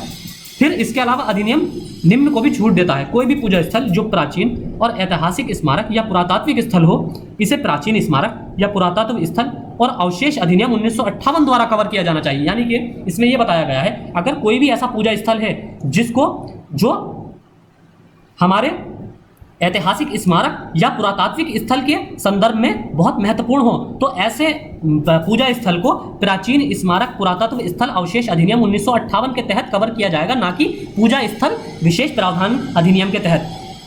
ये अंततः सुलझाया या निपटाया जा चुका हो, कोई भी विवाद जो पार्टियों द्वारा सुलझाया गया हो या किसी स्थान का रूपांतरण जो अधिनियम के शुरू होने से पहले सहमति से हुआ हो। इसमें याचिकाकर्ता जो थे उन्होंने तर्क दिया था कि इसे इस आधार पर चुनौती दी गई है कि अधिनियम धर्मनिरपेक्षता का उल्लंघन करता है। ये तर्क दिया जाता है कि केंद्र के पास तीर्थ यात्रा या कब्रिस्तान पर कानून बनाने की कोई शक्ति नहीं है जो राज्य सूची के अंतर्गत है। यानी कि तीर्थ यात्रा पर और कब्रिस्तान बनाने पर जो कानून बनाने की शक्ति है वो राज्य सूची के अंतर्गत आती है। इस आधार पर इस याचिका को इसमें याचिका डाली गई थी।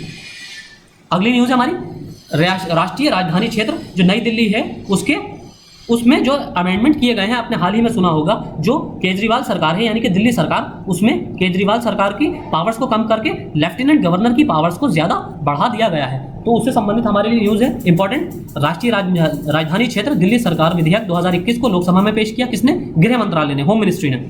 उद्देश्य इसका राष्ट्रीय राजधानी से संबंधित कुछ महत्वपूर्ण प्रावधानों को बदलना है। यह राष्ट्रीय राजधानी क्षेत्र दिल्ली अधिनियम 1991 की सरकार में संशोधन करता है। मुख्य उद्देश्य दिल्ली के कामकाज में उपराज्यपाल को व्यापक अधिकार देना है।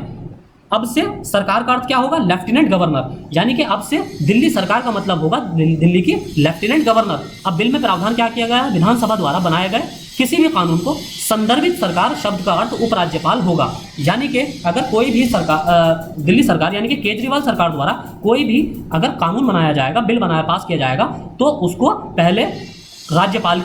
सबसे पहले राज्यपाल की सहमति लेनी होगी। यानी कि राज्यपाल से बिना सहमति के कोई भी कानून पास नहीं किया जा सकता। कार्यकारी कार्यों के लिए एलजी की राय बिल में उल्लेख किया गया है कि कुछ मामलों पर जैसे कि एलजी द्वारा निर्दिष्ट किया गया हो, सरकार को कोई भी कार्रवाई करने से पहले एलजी की राय लेनी होगी। राष्ट्रपति के लिए विधेयकों का आरक्षण। दिल्ली की एनसीटी संशोधन विधेयक में एलजी को राष्ट्रपति के लिए बिल आरक्षित करने की आवश्यकता है। जैसे कि आपको पता होगा आर्टिकल 201 क्या कहता है? किसी भी राज्य के लिए अगर गवर्नर कोई संवैधानिक मामला हो तो गवर्नर उस बिल को, राज्य विधानसभा के बिल को राष्ट्रपति की सहमति के लिए सुरक्षित रख सकते हैं। और राष्ट्रपति के लिए किसी भी तरह राष्ट्रपति इस बिल को पुनर्विचार के लिए लौटा सकता है और पुनर्विचार करने के बाद अगर ये बिल दोबारा राष्ट्रपति के पास भेजा जाता है राज्य सरकार की ओर से, तो राष्ट्रपति को इस पर सहमति देना कोई भी बाध्य नहीं है। जैसे कि आप केंद्र सरकार के मामले में देखते होंगे, अगर केंद्र सरकार बिल को पास करके राष्ट्रपति के पास भेजा जाता है तो राष्ट्रपति संविधान संशोधन के मामले के अलावा, संविधान संशोधन में तो राष्ट्रपति को हर हालत में सहमति देनी ही होती है। अगर केंद्र सरकार कोई संविधान संशोधन का कोई मामला रखती है, बिल पास करती है और राष्ट्रपति के पास इस विधेयक को भेजा जाता है, तो उसके पास सिवाय सहमति देने के कोई और दूसरा विकल्प नहीं होता है। ना ही राष्ट्रपति इसको पुनर्विचार के लिए लौटा सकते हैं, ना ही इसको अपने पास सुरक्षित रख सकते हैं। इसी तरह दूसरा, केंद्र सरकार अगर संविधान संशोधन के अलावा कोई विधेयक राष्ट्रपति की सहमति के लिए भेजती है तो राष्ट्रपति क्या कर सकते हैं, यहाँ पर इसको पुनर्विचार के लिए केंद्र सरकार के पास लौटा सकते हैं। लेकिन अगर केंद्र सरकार दोबारा उसको पास करके राष्ट्रपति को फिर से पहुंचा दे तो दोबारा दूसरी बार में राष्ट्रपति को हर हालत में इस पर सहमति देनी होगी। लेकिन राज्य सरकार के लिए ऐसा नहीं है। अगर राज्य सरकार किसी संवैधानिक मामले पर कोई बिल पास कर रही है, संवैधानिक मामले से मतलब ये है कि कोई ऐसा कानून पास कर रही है जो भारत के संविधान से रिलेटेड हो, मतलब भारत के संविधान से किसी भी तरह से रिलेट करता हो, इसका मतलब ये नहीं कि संविधान में संशोधन कर रही है। राज्य सरकार का ये कोई इसमें अधिकार नहीं है संविधान में संशोधन का, तो आप इसको गलत मैनिपुलेट मत कर लेना। तो राज्य सरकार अगर कोई ऐसा कानून बना रही है जो हमारे संविधान के मूलभूत ढांचे से टकराता हो तो राज्यपाल इसको राष्ट्रपति की सहमति के लिए भेज सकते हैं, तो राष्ट्रपति इसको दोबारा पुनर्विचार के लिए लौटा सकते हैं। लेकिन राज्य की विधानसभा अगर दोबारा पास करके राष्ट्रपति के पास फिर से भेजा जाता है तो राष्ट्रपति को दूसरी कंडीशन में भी इसको पास करने के लिए राष्ट्रपति बाध्य नहीं है। ये इसको पास अपने पास सुरक्षित रख सकते हैं, इनको बाध्य नहीं है। लेकिन केंद्र सरकार के मामले में राष्ट्रपति बाध्य है। तो ये हमारी न्यूज़ थी। इसमें आगे है, ये दिल्ली विधानसभा की प्रशासनिक शक्तियों को सीमित करता है। बिल में प्रावधान है कि दिल्ली विधानसभा द्वारा इसकी प्रक्रिया और कार्य संचालन को विनियमित करने के लिए बनाए गए नियम लोकसभा में प्रक्रिया और कार्य संचालन के नियमों के साथ असंगत नहीं होंगे। दिल्ली एक विधायिका वाला केंद्र शासित प्रदेश है। 1991 में संविधान के अनुच्छेद 239 के तहत अस्तित्व में आया और प्रावधान 69वें संशोधन अधिनियम 1991 द्वारा सम्मिलित किया गया।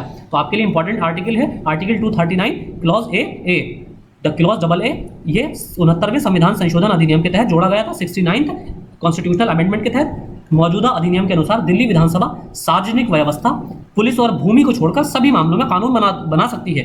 यानी कि पब्लिक ऑर्डर, यानी कि आपकी पुलिस, लैंड और लॉ एंड ऑर्डर के अलावा सभी पर कानून बना सकती है। छठी अनुसूचित क्षेत्र, अगली न्यूज है हमारी। छठी अनुसूचित क्षेत्र, 6th शेड्यूल एरिया। केंद्रीय गृह मंत्रालय ने लोकसभा को सूचित किया है, वर्तमान में असम के छठी अनुसूचित क्षेत्रों में पंचायत प्रणाली को लागू करने का कोई प्रस्ताव नहीं है। यह आदिवासी आबादी की रक्षा करता है। छठी अनुसूची क्या करती है? आदिवासी आबादी की रक्षा करती है। स्वायत्त विकास परिषदों के निर्माण के माध्यम से समुदायों को स्वायत्तता प्रदान करती है, जो भूमि, सार्वजनिक स्वास्थ्य, कृषि और अन्य पर कानून बना सकते हैं। वर्तमान में असम, मेघालय, त्रिपुरा और मिजोरम में 10 स्वायत्त परिषदें। छठी अनुसूची में कितनी है? असम, मेघालय, त्रिपुरा और मिजोरम है। चार स्टेट्स का जिक्र है। इसमें 10 स्वायत्त परिषदें मौजूद हैं, ऑटोनोमस काउंसिल्स मौजूद हैं। ये विशेष प्रावधान संविधान के अनुच्छेद 244 क्लॉज 2 और अनुच्छेद 275 क्लॉज 1 के तहत प्रदान किया गया है।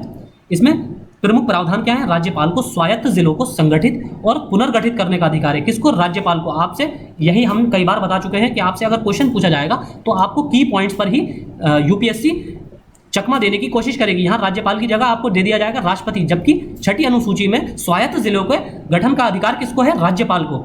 यदि एक स्वायत्त जिले में विभिन्न जनजातियां हैं तो राज्यपाल जिले को कई स्वायत्त क्षेत्रों में विभाजित कर सकता है। संरचना, प्रत्येक स्वायत्त जिले में एक जिला परिषद होती है जिसमें 30 सदस्य होते हैं, जिसमें से 4 राज्यपाल द्वारा मनोनीत होते हैं और शेष 26 वयस्क मताधिकार के आधार पर चुने जाते हैं। सारा का सारा डिटेल इसमें आपको लक्ष्मीकांत में मिल जाएगी। तो इस चैप्टर को, छठी अनुसूची को आपको जरूर पढ़ना है लक्ष्मीकांत से। इसकी अवधि, निर्वाचित सदस्य 5 साल की अवधि के लिए पद धारण करते हैं जब तक कि परिषद पहले भंग नहीं की हो जाती, और मनोनीत सदस्य राज्यपाल की इच्छा के दौरान पद धारण करते हैं। आगे है इसमें, प्रत्येक स्वायत्त क्षेत्र की एक अलग क्षेत्रीय परिषद भी होती है। परिषदों की शक्तियां, जिला और क्षेत्रीय परिषदें अपने अधिकार क्षेत्र के तहत क्षेत्रों का प्रशासन करती हैं। भूमि, जंगल, नहर का पानी, झूम खेती यानी कि शिफ्टिंग कल्टीवेशन, ग्राम प्रशासन, संपत्ति का उत्तराधिकार, विवाह, तलाक, सामाजिक रीति रिवाज आदि जैसे कुछ विशिष्ट मामलों पर कानून बना सकते हैं। यानी कि आप सीधा सीधा ये समझ सकते हैं, जो भी इनके कल्चरल और ट्रेडिशनल एस्पेक्ट्स हैं उससे रिलेटेड ये कोई भी कानून ये स्वायत्त परिषदें अपने आप बना सकती हैं। लेकिन ऐसे सभी कानूनों को राज्यपाल की सहमति की आवश्यकता होती है। ग्राम परिषद अपने क्षेत्रीय अधिकार के भीतर जिला और क्षेत्रीय परिषदें जनजातियों के बीच मुकदमों और मामलों की सुनवाई के लिए ग्राम परिषदों या अदालतों का गठन कर सकती हैं, उनसे अपील सुन सकती हैं। इन मुकदमों और मामलों पर उच्च न्यायालय का अधिकार क्षेत्र राज्यपाल द्वारा निर्दिष्ट किया जाता है। यानी कि उन मामलों पर, यानी कि उन मुकदमों पर उच्च न्यायालय इंटरफेयर कर सकता है या नहीं, ये कौन तय करेगा? उस राज्य का राज्यपाल, उस राज्य के गवर्नर तय करेंगे। यानी कि ग्राम परिषद को यहाँ पर अपील मुकदमा सुनने की, यानी कि ग्राम परिषदों को अदालतों का गठन करने का भी अधिकार है। यहाँ की जो क्षेत्रीय जिला परिषदें हैं, क्षेत्रीय परिषदें, उनको अदालतों का गठन करने का अधिकार है तथा वहाँ पर अपीलें सुनने का भी अधिकार है। और इन मुकदमों और मामलों पर उच्च न्यायालय का क्षेत्र अधिकार का जो तय करेगा वो कौन तय करेगा? राज्यपाल द्वारा तय किया जाएगा। अगली न्यूज़ है हमारी, संविधान का अनुच्छेद 244 क्लॉज ए। कांग्रेस, इसमें क्या है? राहुल गांधी ने असम के आदिवासी बहुल जिलों में लोगों के हितों की रक्षा के लिए संविधान के अनुच्छेद 244 ए को लागू करने का वादा किया। अब ये क्या है? ये असम में दिसपुर में लागू किया गया है। अनुच्छेद 244 ए कुछ आदिवासी क्षेत्रों में असम के भीतर एक स्वायत्त राज्य के निर्माण की अनुमति देता है। यानी कि आर्टिकल, संविधान का हमारा आर्टिकल 244 क्लॉज ए, ये क्या कहता है? ये एक राज्य के भीतर ही, यानी कि स्टेट के भीतर ही एक ऑटोनोमस स्टेट, यानी कि ऑटोनोमस रीजन को बनाने का प्रावधान करता है। 1969 में संविधान में शामिल किया गया ये आर्टिकल। इसमें से एक विधानमंडल और एक मंत्रिपरिषद का भी प्रावधान किया गया है। ये संविधान की छठी अनुसूची से किस प्रकार भिन्न है? अब ये भी देख लेते हैं, दोनों में डिफरेंस क्या है। संविधान की छठी अनुसूची 244, अनुच्छेद 244 क्लॉज 2 और 275 क्लॉज 1 एक विशेष प्रावधान है जो पूर्वोत्तर के कुछ आदिवासी क्षेत्रों में स्वायत्त परिषदों के माध्यम से अधिक राजनीतिक स्वायत्तता और विकेंद्रीकृत शासन की अनुमति देता है, जो निर्वाचित प्रतिनिधियों द्वारा प्रशासित होते हैं। असम में दीमा हसाओ, कार्बी आंगलोंग और पश्चिमी कार्बी और बोडो प्रादेशिक क्षेत्र के पहाड़ी जिले इस प्रावधान के तहत है। कौन से प्रावधान के तहत? जो हमने अभी बताया आपको, आर्टिकल 244 ए के तहत। तो इसमें अनुच्छेद 244 से आदिवासी क्षेत्रों को अधिक स्वायत्त शक्तियों के लिए जिम्मेदार बनाता है। अगली न्यूज़ है हमारी, न्यायाधिकरण सुधार, युक्तिकरण और सेवा की शर्तें अध्यादेश 2021, tribunal reforms, rationalisation and conditions of service ordinance 2021। इसमें भारत के राष्ट्रपति ने न्यायाधिकरण सुधार अध्यादेश 2021 को प्रख्यापित किया है। अब ये क्या है?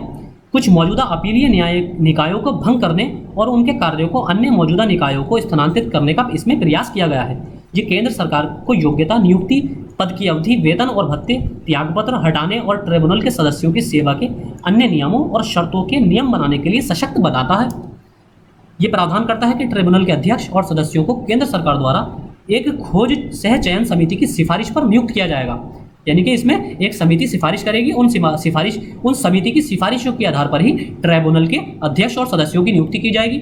ये भारत सर के मुख्य न्यायाधीश या उसके द्वारा नामित सर्वोच्च न्यायालय के न्यायाधीश की अध्यक्षता वाली समिति की संरचना भी प्रदान करता है।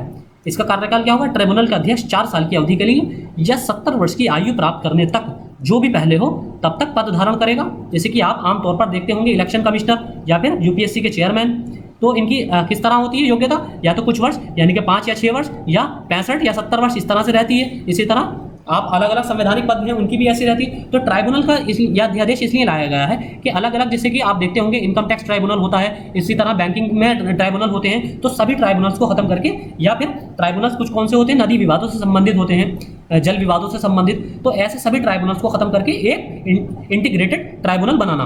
तो इसमें ट्राइब्यूनल का अध्यक्ष 4 साल की अवधि के लिए होगा या 70 वर्ष की आयु प्राप्त होने तक, जो भी अवधि पहले हो जाएगी तभी तक का उसका कार्यकाल होगा। ट्राइब्यूनल के अन्य सदस्य 4 साल की अवधि या 67 वर्ष की आयु प्राप्त करने तक, जो भी पहले हो तब तक पद धारण करेंगे।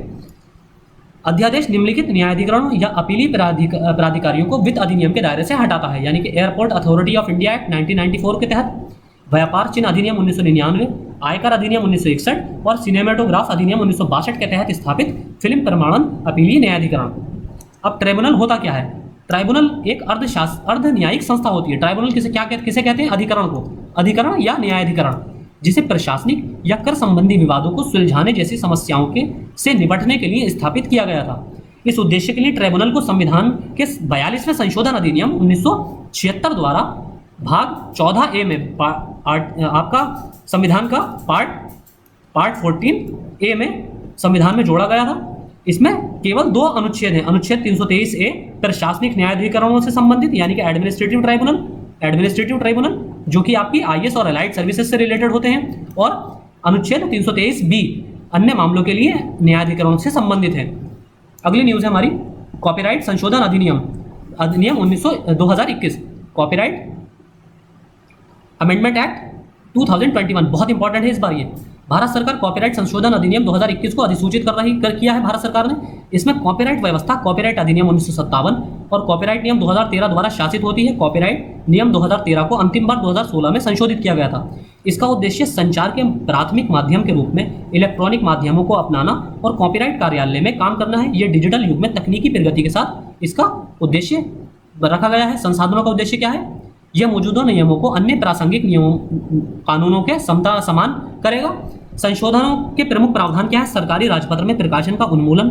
संशोधन आधिकारिक राजपत्र में कॉपीराइट जर्नल के प्रकाशन की आवश्यकता को समाप्त करता है और उक्त पत्रिका कॉपीराइट कार्यालय की वेबसाइट पर उपलब्ध होगी। वार्षिक पारदर्शिता रिपोर्ट कॉपीराइट समितियों को प्रत्येक वित्तीय वर्ष के लिए वार्षिक पारदर्शिता रिपोर्ट को सार्वजनिक करने की आवश्यकता होगी।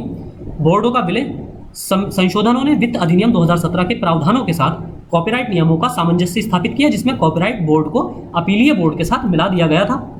सॉफ्टवेयर कार्यों का पंजीकरण सॉफ्टवेयर कार्यों के पंजीकरण के लिए अनुपालन आवश्यकताओं को काफ़ी हद तक कम कर दिया गया है, जिसे अब आवेदक को सोर्स कोड के पहले 10 और अंतिम 10 पेज या 20 पेज से कम होने पर पूरे सोर्स कोड को फाइल करने की आज़ादी है। यानी कि कोई ऐसा सोर्स कोड अगर सॉफ्टवेयर से रिलेटेड है जिसमें 20 पेज से कम का सोर्स कोड है, तो उस पूरे सोर्स कोड को वो कॉपी कोई भी कर सकता है और यूज़ कर सकता है। बढ़ी हुई सीमा कॉपीराइट सोसाइटी के रूप में पंजीकरण के लिए एक आवेदन की प्रतिक्रिया की समय सीमा अब 180 दिन कर दी गई है। अब केंद्र सरकार आवेदन की अधिक व्यापक जांच कर सकती है। अगली न्यूज़ है, भारत के राष्ट्रपति ने न्यायमूर्ति अरुण कुमार मिश्रा को राष्ट्रीय मानवाधिकार आयोग का अध्यक्ष नियुक्त किया। तो इसमें क्या है? राष्ट्रीय मानवाधिकार आयोग, नेशनल ह्यूमन राइट कमीशन, इसकी स्थापना 1993 में की गई थी। मानवाधिकार संरक्षण अधिनियम 1993 के प्रावधानों के अनुसार ये एक स्वतंत्र वैधानिक निकाय है। स्टेचुरी ये काउंसिल है या बॉडी है। उद्देश्य व्यक्तियों के जीवन, स्वतंत्रता, समानता और गरिमा से संबंधित मानव अधिकारों की रक्षा और उन्हें बढ़ावा देना। इसकी संरचना कंपोजिशन, राष्ट्रीय मानवाधिकार आयोग में एक अध्यक्ष और 8 अन्य सदस्य होते हैं। अध्यक्ष कौन होता है? भारत के सेवानिवृत्त मुख्य न्यायाधीश या सर्वोच्च न्यायालय के न्यायाधीश। अन्य 8 सदस्य कौन से हैं? 4 पूर्णकालिक हैं, यानी कि 4 फुल टाइम मेंबर, और 4 मनोनीत हैं, मानित नहीं है, मनोनीत मेंबर हैं, यानी कि आपके मनोनीत मेंबर होते हैं। आगे है इसमें नियुक्ति, एक चयन समिति राष्ट्रपति को उम्मीदवारों की सिफारिश करेगी। चयन समिति में कौन शामिल है? यानी कि जो इसमें चयन किया जाएगा नियुक्तियों का, यानी कि अध्यक्ष और सदस्यों की जो नियुक्ति की जाएगी वो एक चयन समिति की सिफारिश के आधार पर की जाएगी। वो कमेटी उस कमेटी का गठन में कौन कौन होगा? उसमें प्रधानमंत्री उसके अध्यक्ष होंगे, उसमें लोकसभा अध्यक्ष होंगे, केंद्रीय गृह मंत्री होंगे, राज्यसभा के उपसभापति होंगे और संसद में दोनों सदनों में विपक्ष के नेता होंगे। ये बहुत इंपॉर्टेंट कंपोजिशन है।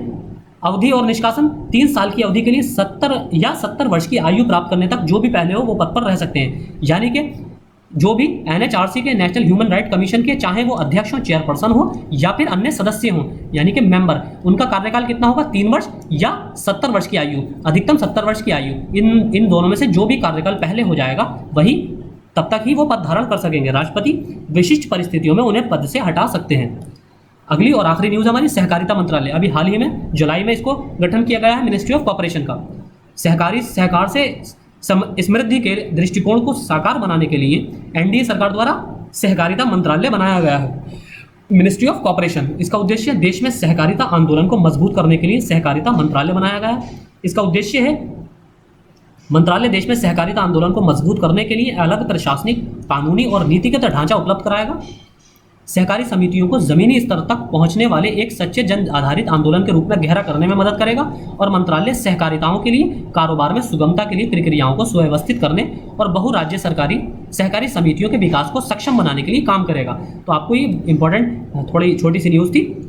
तो आज के लेक्चर में इतना ही। अब हमारा पिछला 1 साल का पॉलिटी से रिलेटेड करंट अफेयर्स सारा कंप्लीट हो गया है, जिसमें हमने जुलाई 2020 से लेकर जुलाई 2021 तक का सभी करंट अफेयर्स कंप्लीट कर लिया है। इसके बाद हम एक कंबाइंड वीडियो लेक्चर आपको पॉलिटी का प्रोवाइड कर देंगे, जिसमें आप रिवीजन कर सकते हैं। ये आपको परसों हम प्रोवाइड कर देंगे और उसी दिन हम आपको एक कंबाइंड लेक्चर जिसमें हम सोशल सिक्योरिटी की सारी स्कीम्स एक ही और प्लस साइंस एंड टेक की सारी करंट अफेयर्स और प्लस पॉलिटी का सारा करंट अफेयर्स, ये तीनों करंट अफेयर्स की सीरीज एक ही कंबाइंड लेक्चर में प्रोवाइड कर देंगे।